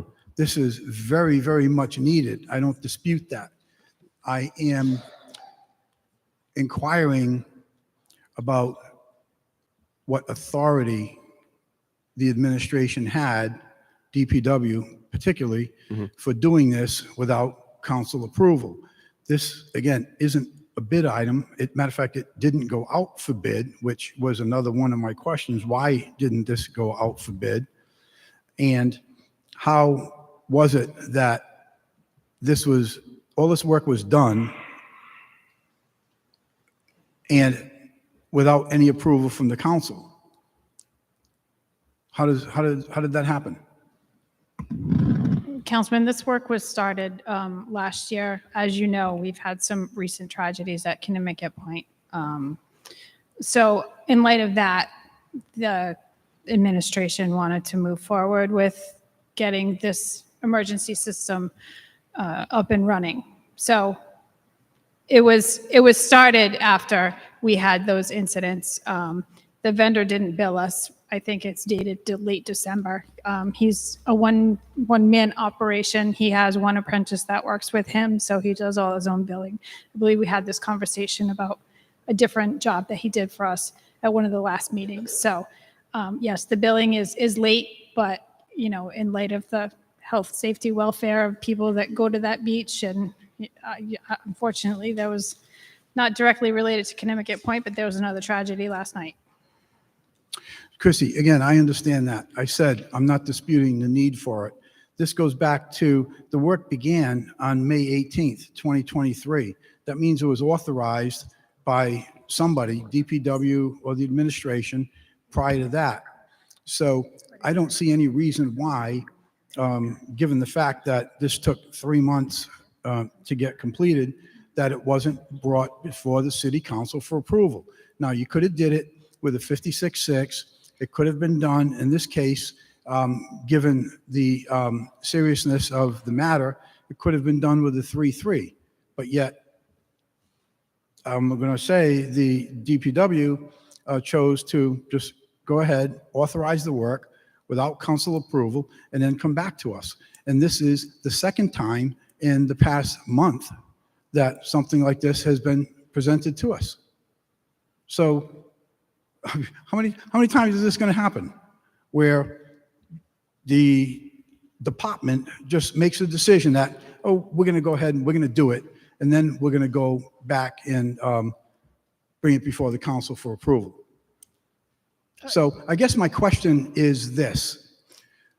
in the charter, are you authorized to do this particular thing where you go ahead and authorize the work to be done prior to coming to the city council?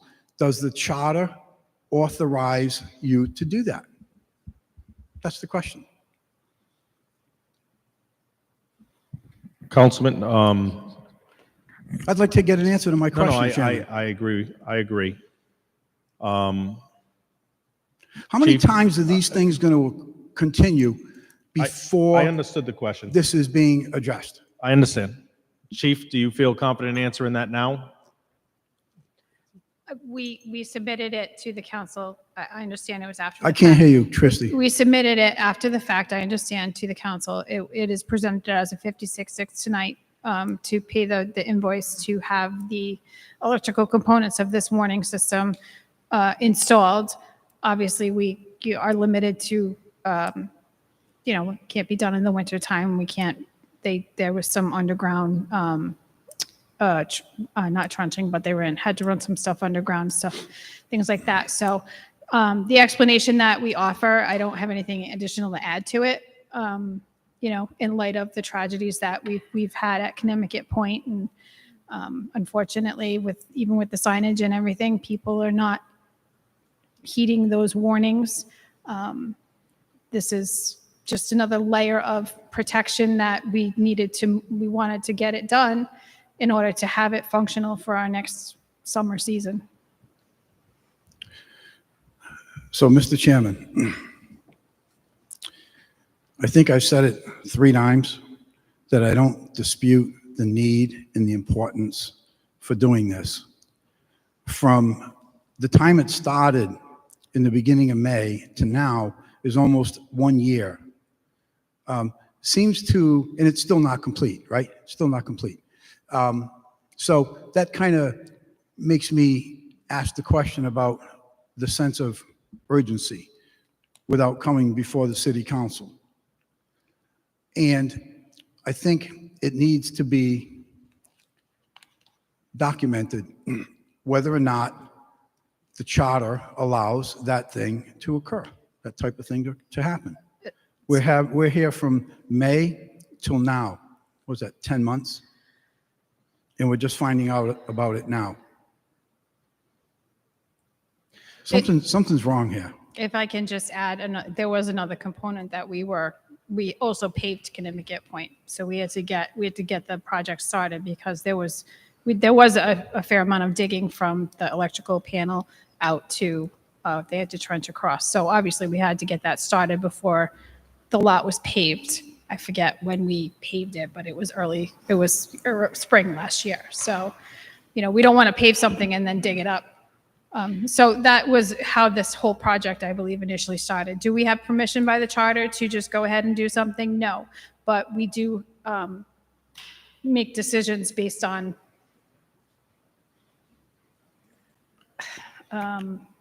Emergency need? well, emergency need, but we have to triage things, a little differently. Like, we pave roads, but we don't allow people to open them for 5 years because we just paved the road. So we try to make sure that rather than do the work twice, we try to do the work once. So if we have something that needs to be done prior to, we want to get that done before we do, the next step of, if that makes any sense. It does. And Chairman, this process took 3 months to get this work completed, 3 months. No bid, no permission from the city council, took 3 months to do at a billable hourly rate of $200 an hour. I know what licensed electricians get. I've used them all the time. That rate, let me tell you, is not your bargain rate. And it was done without a bid. Something ain't right.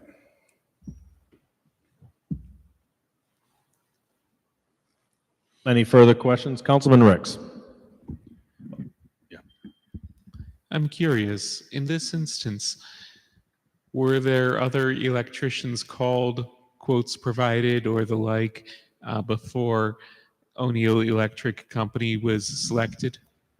So, Councilman, my understanding of O'Neill Electric performing this work for the DPW, as they do perform, as I said, the work that is above and beyond the capacity of the city electrician. Right, I would just point to the invoices for a work over a period of, I believe, 8 months, beginning in May, ending in September or October.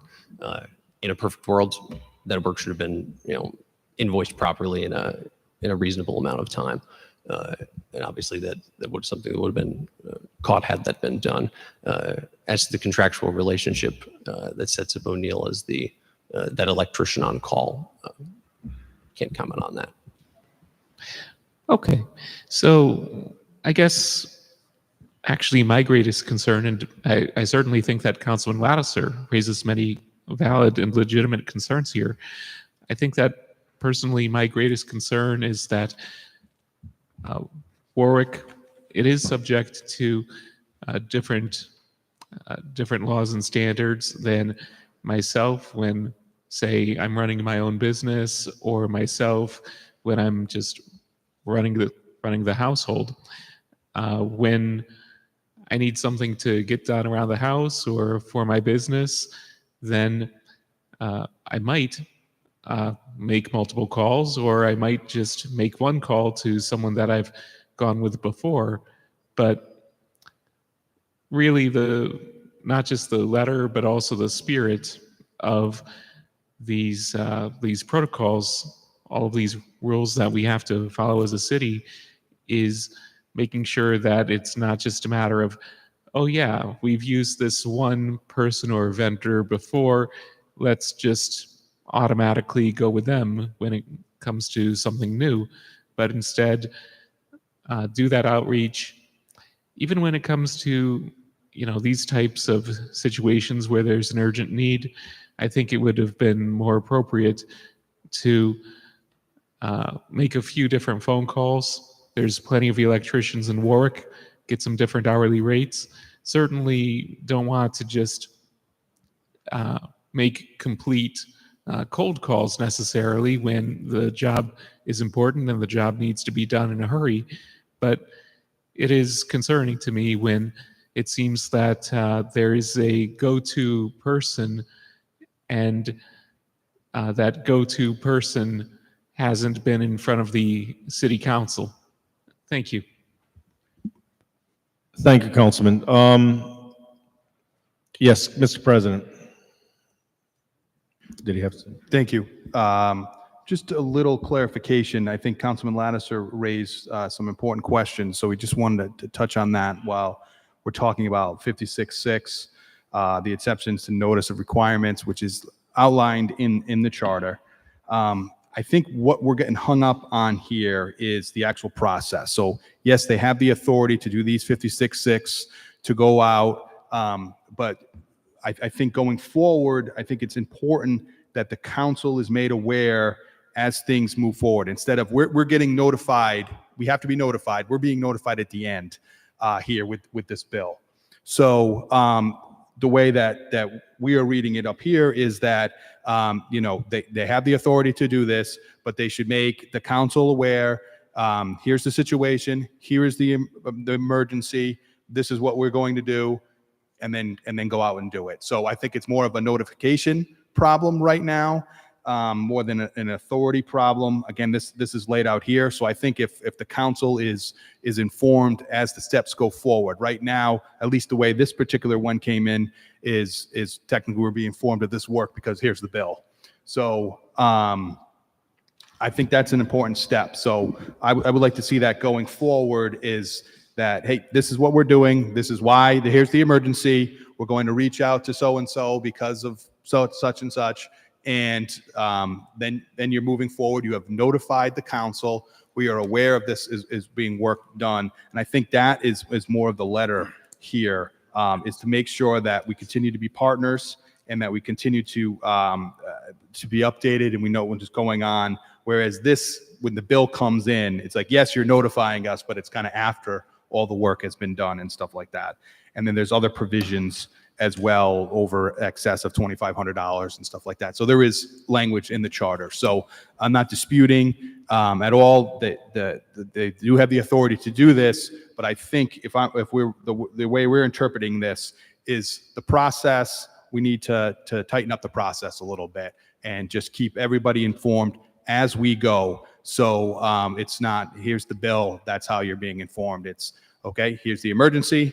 This is what we're doing to address that emergency. We're going to move forward X, Y, and Z, and we'll keep you updated as the process goes forward. So that would be my recommendation, is we just kind of tighten up the process here on the 56-6s. Thank you, Mr. Chairman. Mr. Chairman? Thank you, Mr. President. Councilman Lattiser, you have a little under 1 minute. Thank you. Yeah, thank you. So, Mr. President, does that mean, well, first of all, I don't recall a 56-6 not coming before us for approval before it's, go ahead and take care of it and do it.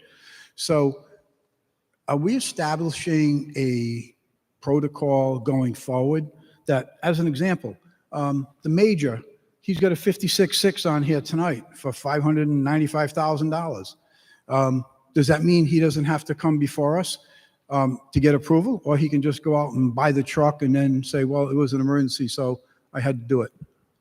I'm going to let me, the solicitor when address I'm that. looking at this type of process, and I'm going to compare it to the construction industry, meaning that, oh, okay, I'm going to put a roof on your house. I'm not going to bother getting a permit. And if if they catch up with me and I didn't get the permit, then I'll beg for forgiveness. This is what this appears to be, and it isn't a one-time thing. So if you're going to establish that type of thing with 56-6, that, oh, if the department deems that this is an emergency, go ahead, do it. Just let us know you're doing it. I just want to know if that's what we're saying here. Thank you, Councilman. Solicitor, you had a reply?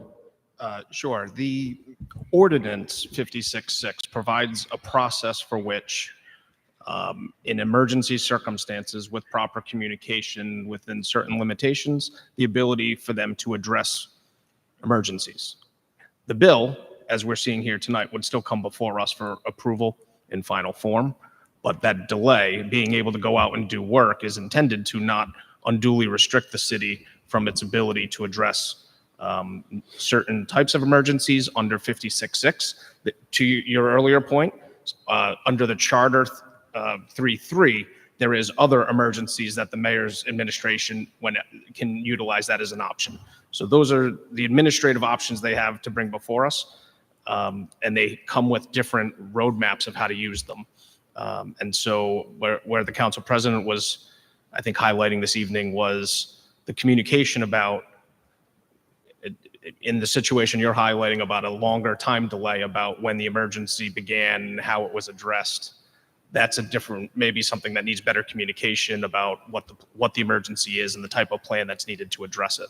So Well, I think that's the operative word, is emergency. So, now, but thank you for educating everybody here about the 56-6, because I didn't hear anyone coming to the mic saying, well, yeah, the charter does allow it. Thank you for pointing that out, but we still have the operative word of emergency. So that's going to be left up to whose discretion? Is this an emergency? How can this be an emergency when the work started in the beginning of May and it's coming to us now for payment? So tell me, where is the real emergency? That's the operative word. And who's going to be Webster and define emergency? Or are we just going to let it occur and we're going to deal with it as it comes to us? And then we'll come here on the council floor, we'll talk about it for a couple of hours, and we'll make the determination, do we feel this is an emergency or not an emergency? In an emergency, Councilman? the mayor has the authority to do a 3-3. Councilman, I'm thank done. you. Thank you. Thank you. Are there any questions, concerns from members of the council? Any questions from members of the public?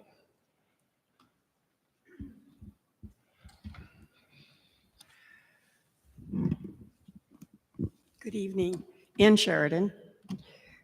I think the department, well, first off, I think the entire purchasing process needs better parameters. That being said, this is not an emergency. The payment of the bill may be an emergency. The child died, and if it was an emergency, this job would have been demanded to be finished before July 1st, when the busy season, and not languish a year. I'm not sure when the child died, but I thought it was during a busy part of the season.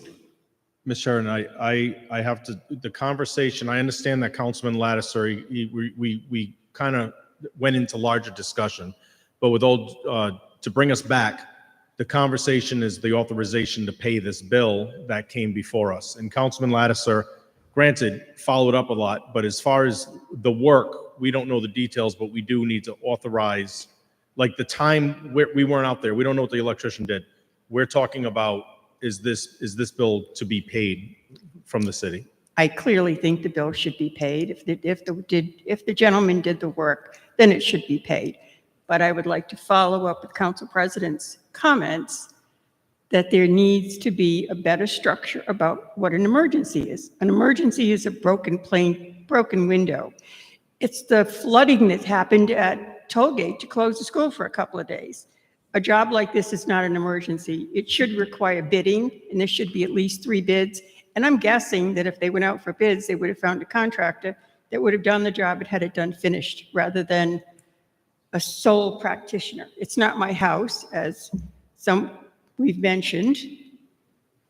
I mean, we lag the things that we do ourselves, but this is government business. This is business. It's not hiring some probably older gentleman who is a retired electrician and working by himself. There should be bids. There should be 3 bids on everything. I don't care the scope of anything. Anything over, I'm guessing the department must have a limit as to what they can spend. I mean, how many times have we seen bids come through with this 1 bid on it? That's absurd, absolutely absurd. I just don't know how you accept that. Thank you. Thank you. Are there any other? Thank you. Yes, please. Sergeant James Torres, U.S. Army retired, 4080 Post Road. I sat as the chair for bylaws and adjudications for Rhode Island College Student Community Government. I don't know if the city has that here, but that language, it has to like really be like updated or something like that, because like it's just a big argument over just like verbiage, you know what I mean? And like there should be like a standard order of procedure for somebody to like spend money. I understand that. And it's an emergency, I understand that. But I was also on the Finance Commission there. You did have to submit 3 separate like quotes and stuff like that whenever you needed money from the Finance Committee. So that was just my suggestion. Thank you. Any further questions, comments? Just one. Who's that? I apologize. Lurking over Councilman here. Sinapi. Just wanted to point out that at least one of the times the charter defines emergency appropriations, it's regarding a pressing need for public expenditure other than a regular or reoccurring requirement to protect the public health, safety, or welfare. And given that we're talking about Connecticut Point, where several people have died within the past few years, I think this meets that.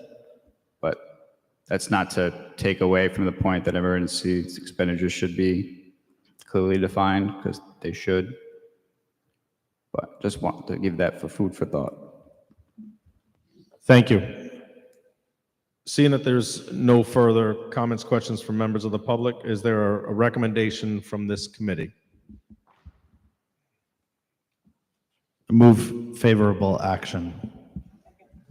I have a motion, I have a second, all in favor? Aye. Thank you. Mr. President, understanding that the time is now 7:07, we have, before I do that, I do apologize.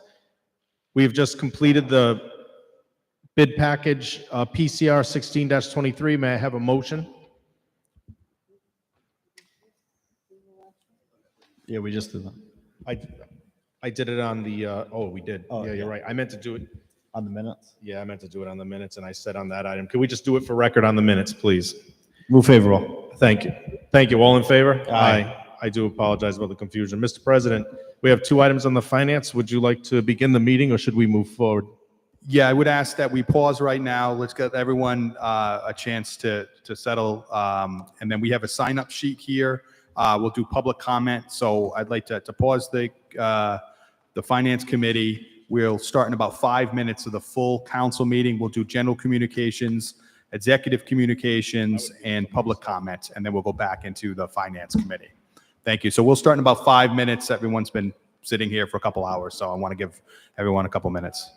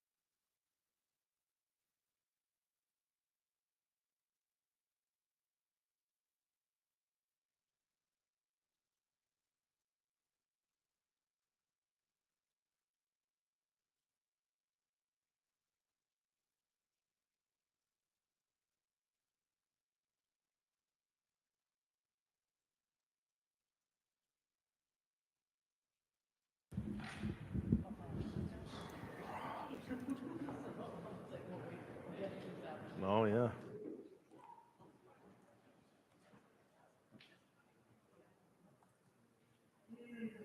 I'm not sitting down. I'm going to stand up again. My knees can't do that. They're locked up from sitting all this time. I'll join you in solidarity. There you go. Thank you. Jim got my back. Oh, I had to.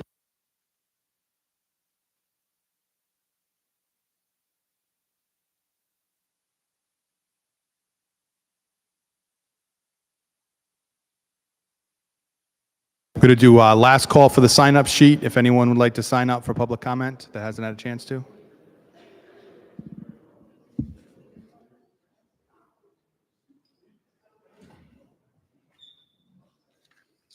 Is that?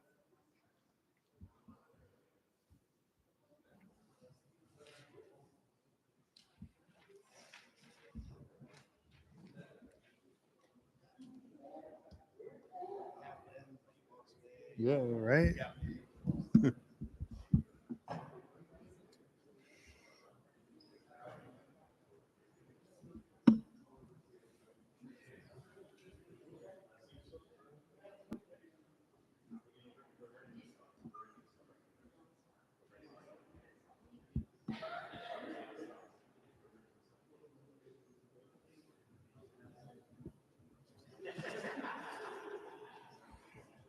You've got to be kidding me that you even have the audacity to say that.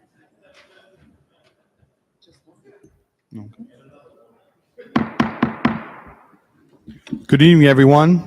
I call the February 26, 2024 City Council meeting to order. The clerk will call the roll. Mr. McAllister? Here. Mr. Foley? Mr. Gephardt? Mr. Howe? Here. Mr. Lattiser? Here. Mr. McElroy? Here. Mr. Ricks? Here. Mr. Sinapi? Ms. Travis? Here. 8 present. Thank you. Councilman Ricks, will you please lead us in the Pledge of Allegiance?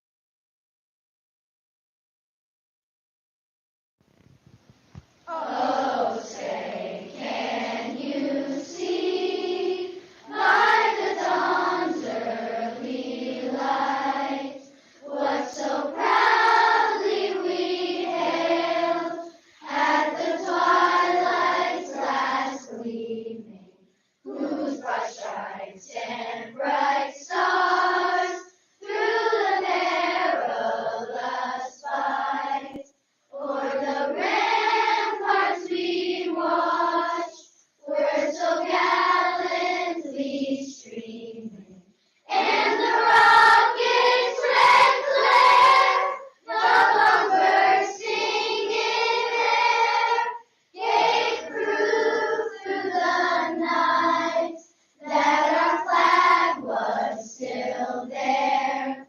Oh, say does that star-spangled banner yet wave o'er the land of the free and the home of the brave?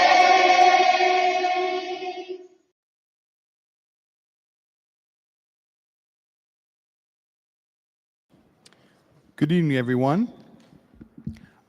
At this time, we're going to do general communications. This is the announcement of congratulations, condolences, or community events.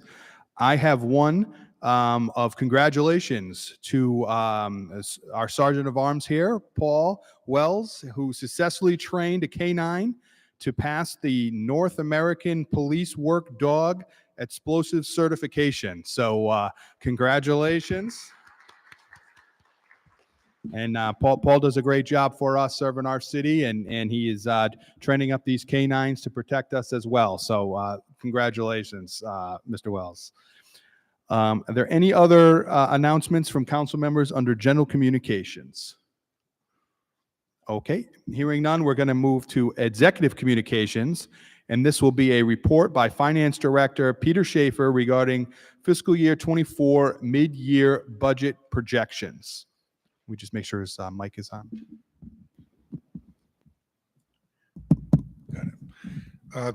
Thank you. And I'm sorry I wasn't here at the beginning of the month. I took the little test. I had a little cold, I thought. Took the little test, the 2 red lines, so I wasn't here. So I gave you the report over a month ago. Just so you know, there's a column in the report on projected 23, which is based upon what I submitted to you in October in terms of the results for 23.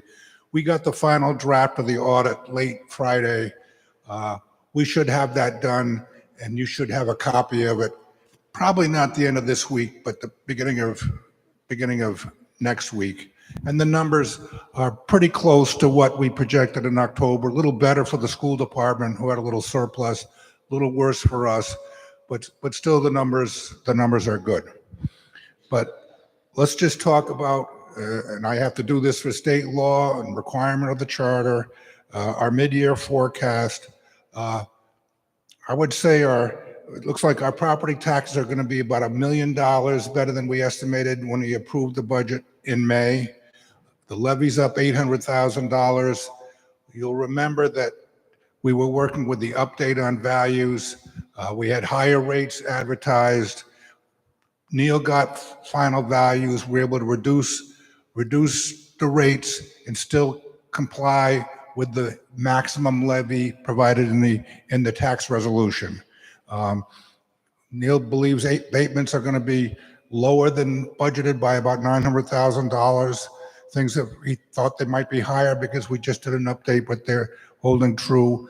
The collection rate looks like it's going to be a little lower. It was very aggressive at 99.5% because we don't have the cars anymore, which has always been the problem. Looks like it's going to, right now I'm estimating about 99.2%. State aid is up about $1.1 million. Housing aid, the school department got some projects done this summer that we're going to get reimbursement on. Warwick next school, a few other things. So it was about $400,000 higher than what we'd budgeted. And then the school aid was up $700,000, although doesn't really help us because, you know, the mayor and the council acted to pledge that additional school aid to the school department. On interest, I mean, the interest rates have stayed high. We expect to collect about $1 million more than we budgeted. And we were pretty aggressive, I thought, but when you're getting close to 5% on your idle cash, you're making a lot of money. So, and interest on past due taxes has surprised me. We lowered the estimate in that area and the council approved it because a lot of that has usually been car taxes. No more car tax, but it's held up pretty well. So we're up about $800,000 on interest on past due taxes. In other categories, hospitality we were aggressive and all of that's holding up. Hotel, meal tax, airport, looks good. The one thing that we're going to miss our estimate on this year is the sale of the city property. We're going to get 2.5 million, but we're not going to get it this year. We've collected 600,000. Tom seems Tom is very comfortable we're going to get it all eventually, hopefully next year. So overall, we're going to meet our estimate, but it's not going to be in fiscal year 24. On expenses, debt service, we're about $600,000 short. We decided to do a bond issue in September, $20 million.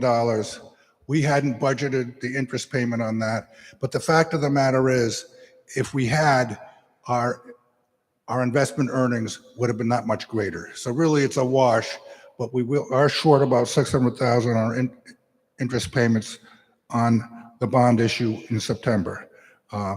It's been hard to recruit. We've got some good personnel savings, over $3 million across fire, police, public works, administrative departments. It even looks within that, it even looks like we're running a small surplus in the fire department, which is unprecedented. A lot of it because of that SAFER grant that we received. I'm looking at energy costs, about $300,000 lower than what we budgeted, partly because of our effective use of the solar farms that we have, but also just because of a slight decline in prices across the board, whether it's gasoline, compared to what we estimated, or electrical costs. And then on expenses, Warwick Public Schools is 700,000 greater than what we approved in May because of the later action by the council to pledge the school aid. So the budget that we approved that you approved in May was based upon the use of fund balance of $7.1 million to show the difference between revenues and expenses. And there was a lot of talk about that. That's a structural deficit. Well, based upon these things that have happened, that structural deficit is now down to $2.7 million. So that's the kind of deficit, current year operating revenues versus current year expenses. We're only going to have to use, right now, I'm projecting a little under $3 million as opposed to the $7 million that we expected when you approved the budget in May. So that really completes my report, Mr. President. Thank you, Director Schaefer. And as Director mentioned, he sent this memo to the council, and we will make this public as well. If it's not already, we'll be happy to put that on the council website as well, if members of the public would like to review it as well. So thank you, Mr. Schaefer. Next up is A, the acceptance of the minutes from the council meeting held on February 5th. Councilman Howe. Move favorable action. For action, Councilman Howe. Oh, favorable action. Do I have a second? A second by Councilman McElroy and Councilman Gephardt. All those in favor say aye. Aye. Aye. Any opposed? Any abstentions? Okay. Next up on the agenda is public comment. I just want to say last call here if there's anyone who wants to sign up for public comment. Okay. Rule 41, after general communications and prior to the consent calendar at the last regularly scheduled meeting of the City Council each month, there shall be a period of time not to exceed 30 minutes, during which citizens may comment about Warwick City government issues subject to the following stipulations. The total period of time for public comment shall not exceed 30 minutes.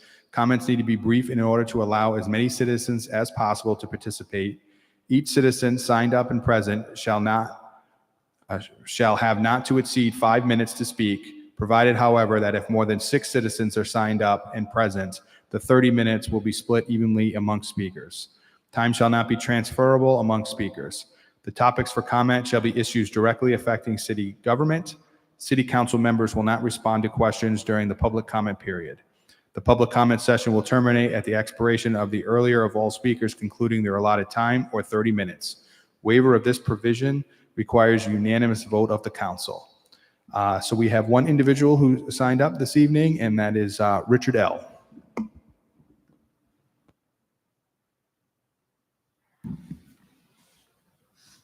Richard Langseth, Budlong Farm in Warwick.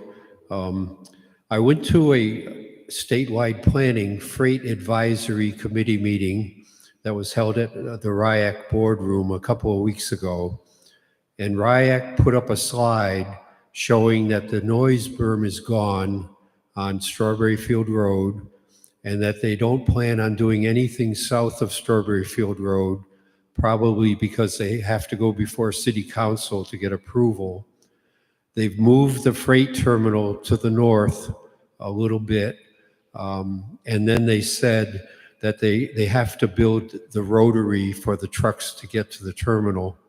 You know, we've talked about this several times. They said that they're going to put it out to bid to build the rotary. They said that the rotary would cost about $4 million. And they said that they were going to use state transportation money to fund the rotary, not FAA money. So last Saturday, not this Saturday, but the Saturday before, I went on a little drive down the airport connector during the snow squall, and there was a DOT snowplow in front of me. So I followed the snowplow through the airport, and it's flashing lights. I don't know how high they are. They might be 11 feet or, you know, perhaps 12 feet. And then they had a load of sand on the truck. And when it went under the flyover, if you bring somebody to the airport, you go on the flyover to the upper deck. And if you're going to pick somebody up, you go to the lower deck, and there's a bridge. And that truck just barely cleared the bridge where they're going to build the rotary. And then when it goes to the other end where parking lot B is, there's another merge and you have to go under that bridge. And those bridges are well less than 13 feet clearance, which means when they build a rotary, they have to dig down into the ground to make the road lower so that the trucks can go through there. And that brings up a drainage problem. Where does the stormwater go that goes into this depressed rotary? The point is, we are nowhere near resolution about how to build this freight terminal. Now they're backing off on some of their promises. And as I understand it, we're still before the U.S. Court of Appeals. City Council and the mayor brought this attention to the court in Washington. And I certainly hope that the city fathers, the mayor and the city council know that this is far short of resolution. And we need to keep our eyes open and our ears open about what this airport corporation is going to do. The presenter at that meeting was a fellow by the name of Nicholas Pearson.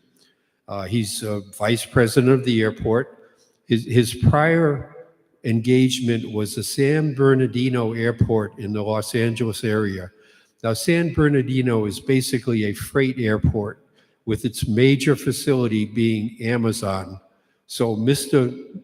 Pearson is an expert on how Amazon operates at airports. Now, I've been told by several people that Amazon plans to move into the North Terminal once UPS and Federal Express goes to the south.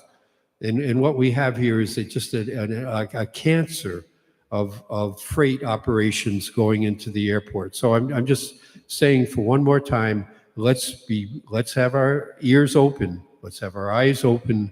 This airport corporation is not friendly to the city of Warwick, and we really need to get to the bottom of this. And I do thank you very much for your time. Thank you, sir. If you're following with us at home, we've just done public comment. We're now going to do the consent calendar. We're going to give Councilman Howe a second here. And once we finish the consent calendar, we're going to go back into the Finance Committee meeting. We still have a couple items to discuss in Finance. So we are on page 2 of the agenda. We just finished public comment. Once I get the thumbs up from Councilman Howe. All right. First up is PCR 16-24, a resolution relative to bids, committee report, finance. Favorable action. For action, Councilman Howe. Move favorable action. Second by Councilwoman Travis and Councilman Lattiser and Councilman Gephardt. Go ahead, Councilman Howe. Thank you, Mr. President. Bid 2024-388 Bravo, bid 2024-349, bid 2024-388 Alpha, bid 2024-331, bid 2024-389, 2024-390, 2024-379, 2024-350, 2024-373, 2024-381, 2024-342, 2024-051, 2024-383, 2024-384, 2021-372, 2024-380, 2024-367, 2024-393, 2024-375, 2024-376, 2024-374, 2024-391, 2016-268, and 2021-295. That concludes the bid. Thank you, Councilman Howe. And all those bids were discussed in the finance meeting earlier this evening. Are there any questions or comments that were not asked earlier this evening for members of the council? Okay, hearing none, the clerk will call roll for favorable action on the consent calendar. Mr. McAllister? Yes. Mr. Gephardt? Mr. Howe? Yes. Mr. Lattiser? Yes. Mr. McElroy? Yes. Mr. Ricks? Yes. Mr. Sinapi? Ms. Travis? Yes. 8 yes, consent passes. Thank you. And I believe one item has been moved to withdraw. Yes, Mr. President. Formerly bid 2024-104 is now PCR 17-24. Favorable action to withdraw. Move favorable action.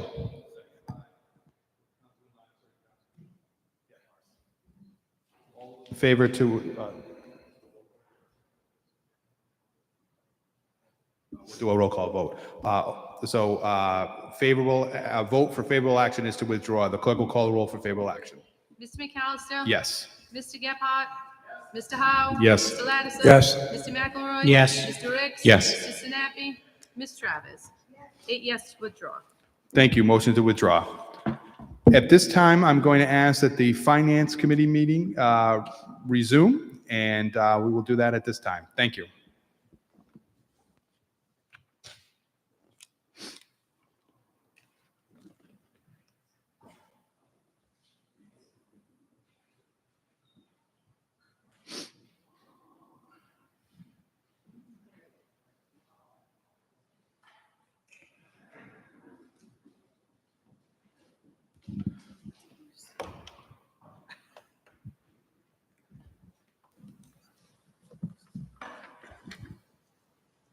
Good evening. The time is 7:39 and the Finance Committee is open again for business.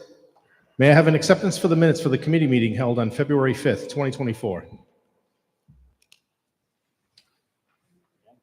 Yes. I have a motion. I have a second. All in favor? Aye. Thank you. Item PCR 9-24, formerly bid 2024-311, purchase installation of electronic equipment for Harbor Master boats.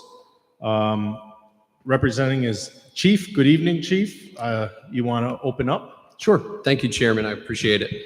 Good evening to you and the committee and the council. I have a brief statement after which myself and Harbor Master Barris, as well as Director Wiley or the purchasing director, is happy to take any questions. 2 council meetings ago, there were some questions raised as to formerly bid 2024-311 for the purchase and install of new electronic equipment for the Harbor Master. The administration stands by this bid and the recommendation that it be awarded to Edgewood Outfitters, LLC. First, a question was raised as to the bid process. And let me assure the committee that the city met our legal obligations. This bid was posted physically, as well as advertised electronically on both the city website and on BidNet. Additionally, the information was emailed to those who signed up for the vendor list, which is kept by the purchasing department. Any vendor or potential vendor for services provided to the city can be added to this list, as well as a list for any other service that the city might go out to bid for. All they need to do is contact the purchasing department and they'll be put on it.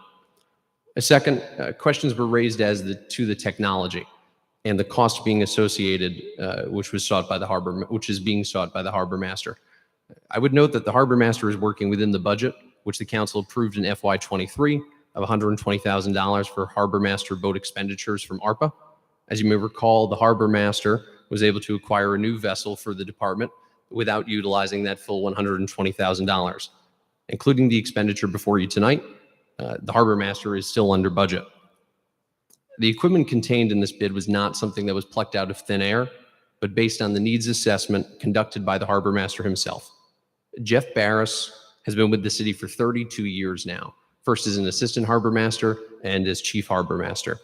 He knows what equipment his department needs to function at the necessary level, and Jeff has our utmost confidence, and we stand by his recommendation both in substance and in outcome. Thank you.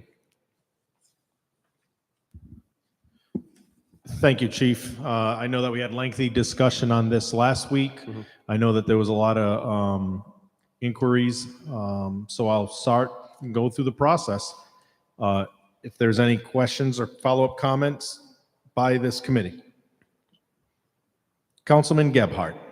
I would just give our thanks for the follow-up on this. I believe the whole council received some explanation from the vendor, as well as had the opportunity to ask questions. So much appreciated. And that's all I have. Thank you, Councilman. Are there any questions or comments from members of the council? Councilman Lattiser. Thank you, Mr. Chairman. I'll reserve my comments when this comes to the floor.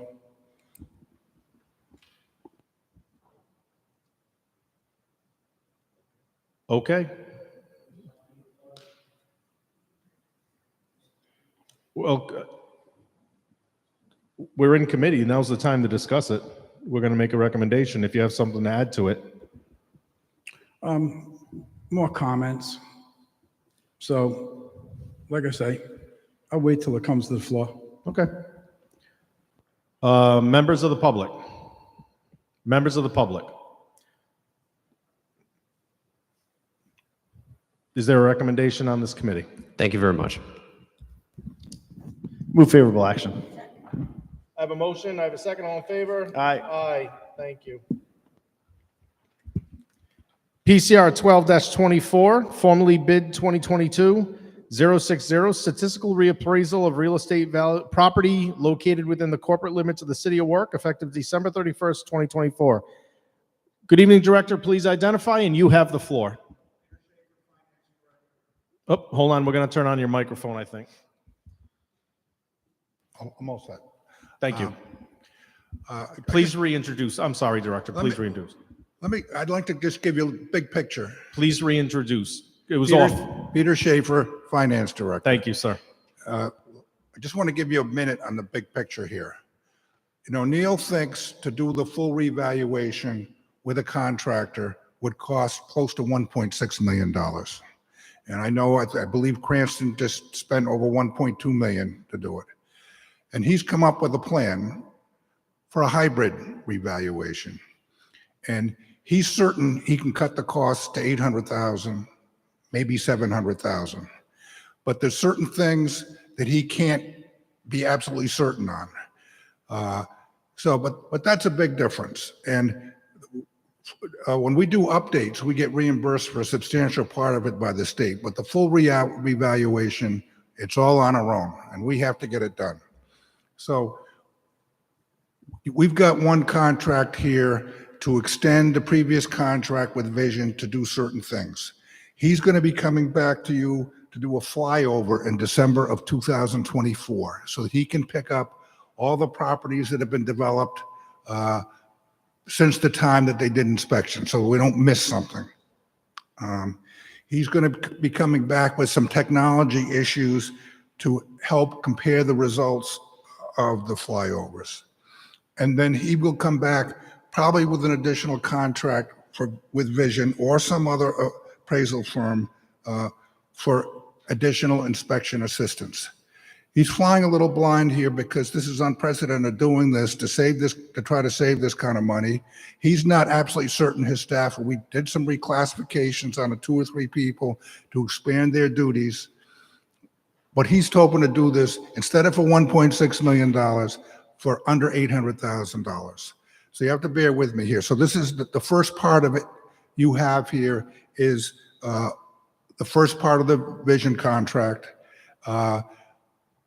We only have $150,000 budgeted this year. That's about where it will be. Most of it will be into the next fiscal year. And then you're going to have some other things that come up. So, but I think this is great. That the issue that has come up, that came up especially, I guess, at the last meeting, was that there's a price here at $359. He thinks he's only going to spend $322. And I've asked the question of him, well, why don't we just lower the cost to $322? He wants this built in case he can't meet the deadlines. And frankly, these companies aren't too happy about what he's doing.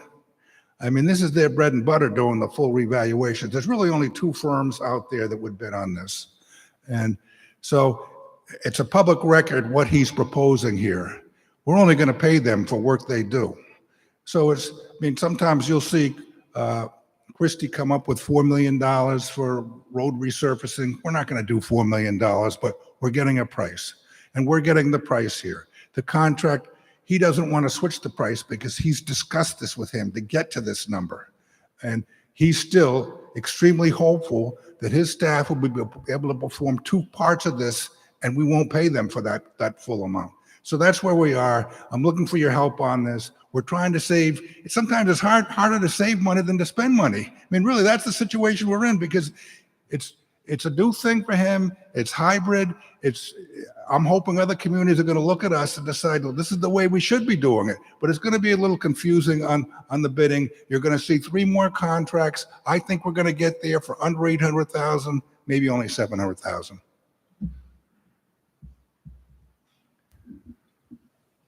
Thank you so much, Director. I appreciate the extensive discussion and clear explanation on that. Thank you so much. Are there questions from members of this committee? Questions from members of the council that have not already been asked and addressed? Councilman Lattiser. Thank you, Chairman. Good evening, Director. God help us if there's plans to make this bid process more confusing. I hope I didn't understand that correctly. But my question at the last meeting, and no one was able to provide at least a clear answer to it, is on July 20th, 2022, the mayor signed a bid package containing item 2022-060 that increased the contract award to $70,000. In your amendment, or I should say the amendment at least that you signed off on the 3rd of February, 2023, it says in line 3, there is additional compensation of $69,000 for this addendum, bringing the total up to $358,000, not $359,000. So what is the correct number? Is the correct number what the council approved of $70,000 additional? Or is it what you approved of $69,000? Because there's a $1,000 difference there. And I'm just looking for an explanation as to what occurred. Well, it's too bad I wasn't here. I didn't realize it was a $1,000 issue here, and I don't have the answer for you. Yeah, that's really too bad, because there was a lengthy conversation on this council Remember, floor I about it, so think I'm what you're- surprised no one brought it to your I think attention. what you're talking about is the final payments for the update that we did as of June 30, 22. We haven't spent any of this 359 that's before you. This is for the new reval. And then there's going to be 3 more steps to it. No, I've got that's not what I'm talking about. Mr. Chair, if I may approach the director. Certainly, but I want to go on record. This has been on hold for a month, and these are all questions you could have easily sent to the director and Well, got I answers didn't. to. And then you could have gone ahead and questioned. I asked all the questions on the council floor at the last meeting, if And you could remember. have easily And I communicated didn't with the get an answer then administration. You either. did not do that. Thank you. You don't like what being you're talking interrupted. about Don't right interrupt me as I'm speaking. Correct. That's the one that you signed. This is the one that was approved by us, And this goes back, which was $70,000. this goes back to 2000, the previous revaluation. That's what we approved the additional payment for. It's got nothing to do with this, what we're doing for the next reval. Has nothing to do with it. This says we amended it by $69,000. What the council amended it by was $70,000. That's what I'm asking about. Which one is correct? But this is for the revaluation we did as of 12/31/22. I was going to ask Councilman, could you back up, please, so that there's no Sure. interference on the mics? Thank you. Sure. So that has nothing to do with this. Yes, that has nothing to do with that. That's my understanding from talking to the assessor. And, he has a problem being here because of his wife's employment, but that's my understanding. All right, so The we have, 359, we have not spent, the amount that's on the docket here for 359, we have not spent any of that. I'm not talking about what you spent. I'm talking about what you're looking for approval to spend. I've got I'm one looking for document that approval. says we increased it by 70. We have another one that says it was increased by 69 to 358 versus 359. That's what Okay, I'm looking going to for ask clarity. Councilman, you showed him the evidence. You If know. you wouldn't mind having a seat, and then what we'll do Sure. now, so that it's not a back and forth and over each other, we'll go through the chair from now on, go back to Robert's Rules of Orders. Councilman, do you have a specific question for the finance chair? Sorry, I couldn't hear. Sorry. you. I didn't hear you, Mr. Chairman. What'd you say? Do you have a specific question for the director? Nope. Thank you. I mean, all I can tell you, Mr. Chairman, is that I spent some time this afternoon with Neil going over this, because I know the question got asked, how much of this 359,000 has already been spent? The answer is 0. That's the answer he gave me. Yeah. This is for the full revow that we're doing as of 12/31/24. Understood. Thank you. And then there will be 3 more parts to it. So I don't want anyone to be surprised when I come back with a flyover, additional money for vision. All I'm telling you is we're going to be able to do this for under 800,000 instead of spending $1.6 million. Understood. Thank you. Are there any further questions from members of the council? Are there questions from members of the public? Are there questions from members of the public? May I have a recommendation from the committee? Move favorable action. I'll second that. Oh, okay, thank you. No, that's okay. We have a motion, we have a second from Councilwoman Travis. All in favor? Aye. Thank you. The time is now 7:54 and the Finance Committee is closed.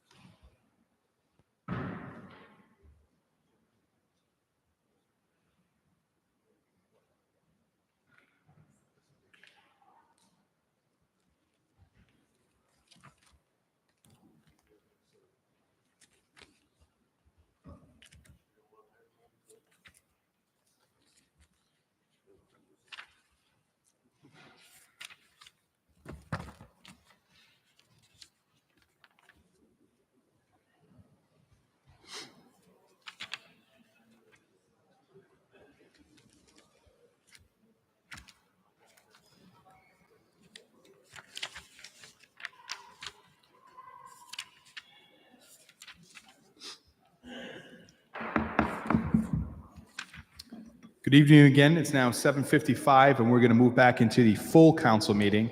So if you are following us, we have done the roll call, general communications, executive communications, acceptance of the minutes. We did public comment, and we did the consent calendar. So now we are moving on to page 3 on the agenda, which is unfinished business. First up is PCR 9-24, which is now 2024-311, Committee Report Finance. Favorable action. For action, Councilman Howe. Move favorable action. And second by Councilwoman Travis and Councilman Gephardt. Any questions or comments that were not asked earlier this evening in finance? Councilman Lattiser. Thank you, Mr. President. So I'm sure you'll all recall the comments that I made and the questions that I had at the previous meeting regarding this particular bid. Since that time, I've done a little of my own research. I have a lot of experience in boating and electronics. And in doing the research, I still believe that there's components to this bid that are overkill, what I had said previously. There are parts of it that I think are absolutely necessary. And where I am today is more of a position of a problem with the process. We heard at the last meeting that the purchasing director said it's the vendor's responsibility to find out what's up for bid. That isn't business friendly to me. And you heard me testify that a lot of the businesses we have in Warwick are small operations. They do everything. They do the installs, they do the labor, they do the bookkeeping, they do the bidding, they do everything. I think that as a community, as a city, that we would want to encourage vendors to bid. Not just say, it's on the city website, it's on the Secretary of State's website, go find it. It is a maze for some of us, including myself, to get through these websites. It is convoluted to negotiate through our very own bid package because we're not being provided information in the bid package. We got to go research it, et cetera, et cetera. So in looking at what has been bid or requested to bid, I also have concerns with items in this bid that are left ambiguous. It's left up to the vendor to decide what to do or what to provide or what to bid on. And that's not fair because you have different vendors bidding on different things as to what they feel is required. And there were 4 or 5 items in this that were just like that. But what I'm seeing is if this were reduced to another level or 2 below the equipment or the size of the equipment, I think it's fair to say that we could save several $100s. Maybe we could save a little bit more. My problem with it is penalizing a vendor. The vendor had nothing to do with the efforts that were put out there or not put out there to seek bidders on this. The vendor bid what was asked of them to bid. So, doing full circle, I will be supporting this item. I still disagree with some of the things that are in there. But to send this back out for a rebid, I think it would be punishing the vendor and punishing the harbor master. The harbor master, his department has been overlooked for years, with equipment, with salaries. Look at the salary of the harbor master today. Look at it from 10 years ago. The department has been neglected for years. And to have him be in this position now, to have to go back out for bid and start all over again, I think we would probably more than expend the cost savings on the equipment. But I feel, as I said earlier, that the whole bid process that needs to have an overview.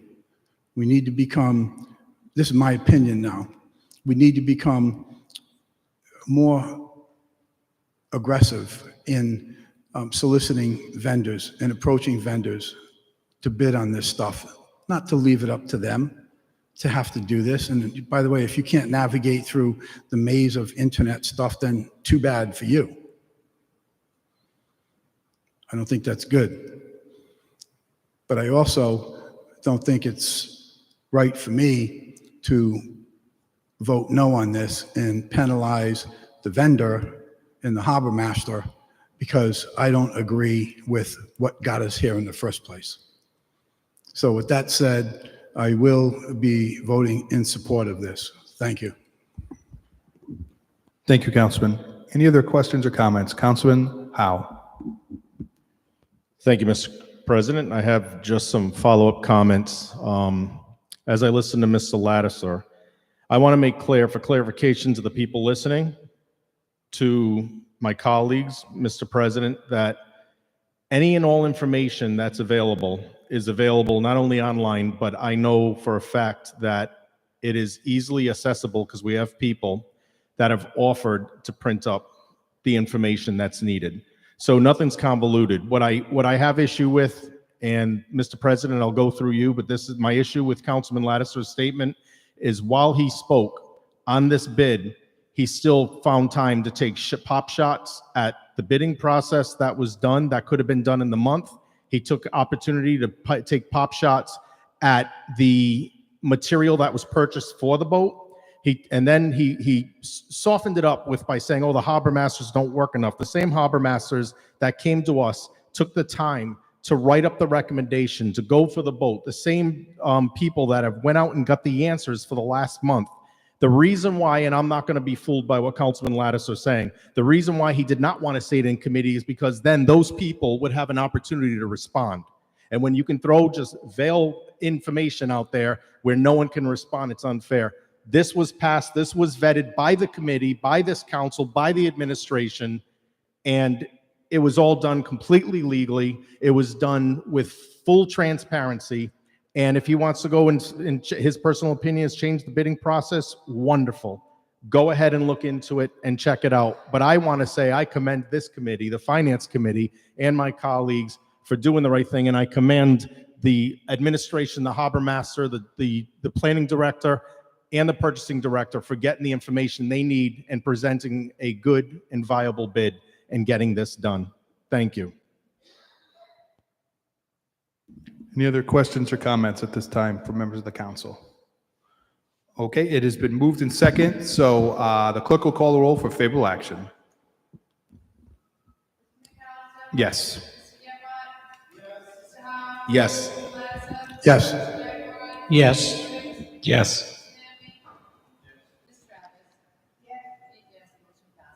Thank you. Motion passes. Number 2 this evening under unfinished business is PCR 12-24-2022-060. Committee report, Finance. Move favorable action. For action, Councilman Howe. Move favorable action. Second by, anyone want a second? Second by Councilman Ricks. Any questions or comments that were not asked earlier this evening in committee? Okay, hearing none, the clerk will call the roll for favorable action. Yes. Yes.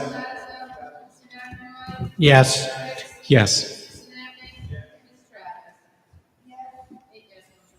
Thank you. Motion passes. We're now moving on to new business. There is none. So now we're to referrals and advertising. PCO 1-24, an ordinance amending the zoning ordinance of the City of Warwick, Allen Bain Realty, Worldwide Real Estate, petitioners for the plat of 260 lots 38 and 39, 0 and 211 Centerville Road. Unanimous consent. Ward 2, anything to docket under unanimous consent? Pass. Ward 3. Pass. Ward 4.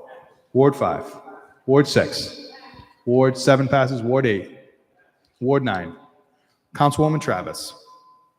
If there be no further business of this honorable body, I move to a docket session. All those in favor to move in docket session say aye. Aye. Any opposed? We are now in the docket session. I just want to remind my colleagues during the docket session that we have a sitting ARPA for neighborhood projects docketed at this time. We already have one. So if you have any, you want to get it to the solicitor as soon as possible because the next meeting is a week from tonight. So if you have some, please get it to him as soon as possible. Ward 2, anything to docket this evening? Pass. Ward 3. Yes, Mr. President, one item. I am docketing this on behalf of Mayor Picozzi and in collaboration with Mayor Picozzi, a resolution memorializing the General Assembly to enact legislation, a merely state law, to provide the mayor of the City of Warwick with the appointments to the Rhode Island Airport Corporation Board of Directors. I already have that docketed an airport. I resolution apologize. That's right. docket. Okay, thank you. We'll add Councilman Howe as a co-sponsor. Thank to you. that. Thank you. Yep, thank you. Ward 4. Pass. Ward 5. I have one. It's a previously docketed item regarding ballot election integrity, which was assigned a PCO 27-22. I'll need to get this changed to be a resolution, so I'm requesting it to be reassigned a PCR number. Yeah, sure. And it'll be an intergovernmental committee. Anything else, Councilman? No, thank you. That's all I have. Okay.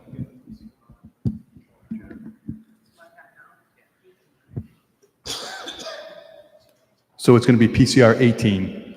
PCR 18. Thank you. Ward 6, anything to docket? Ward 7 passes. Ward 8. I got 3. You're welcome.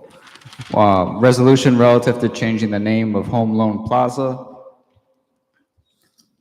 Public properties. Resolution of the General Assembly requesting the approval for the Rhode Island Coalition Against Domestic Violence as a nonprofit tax exempt entity.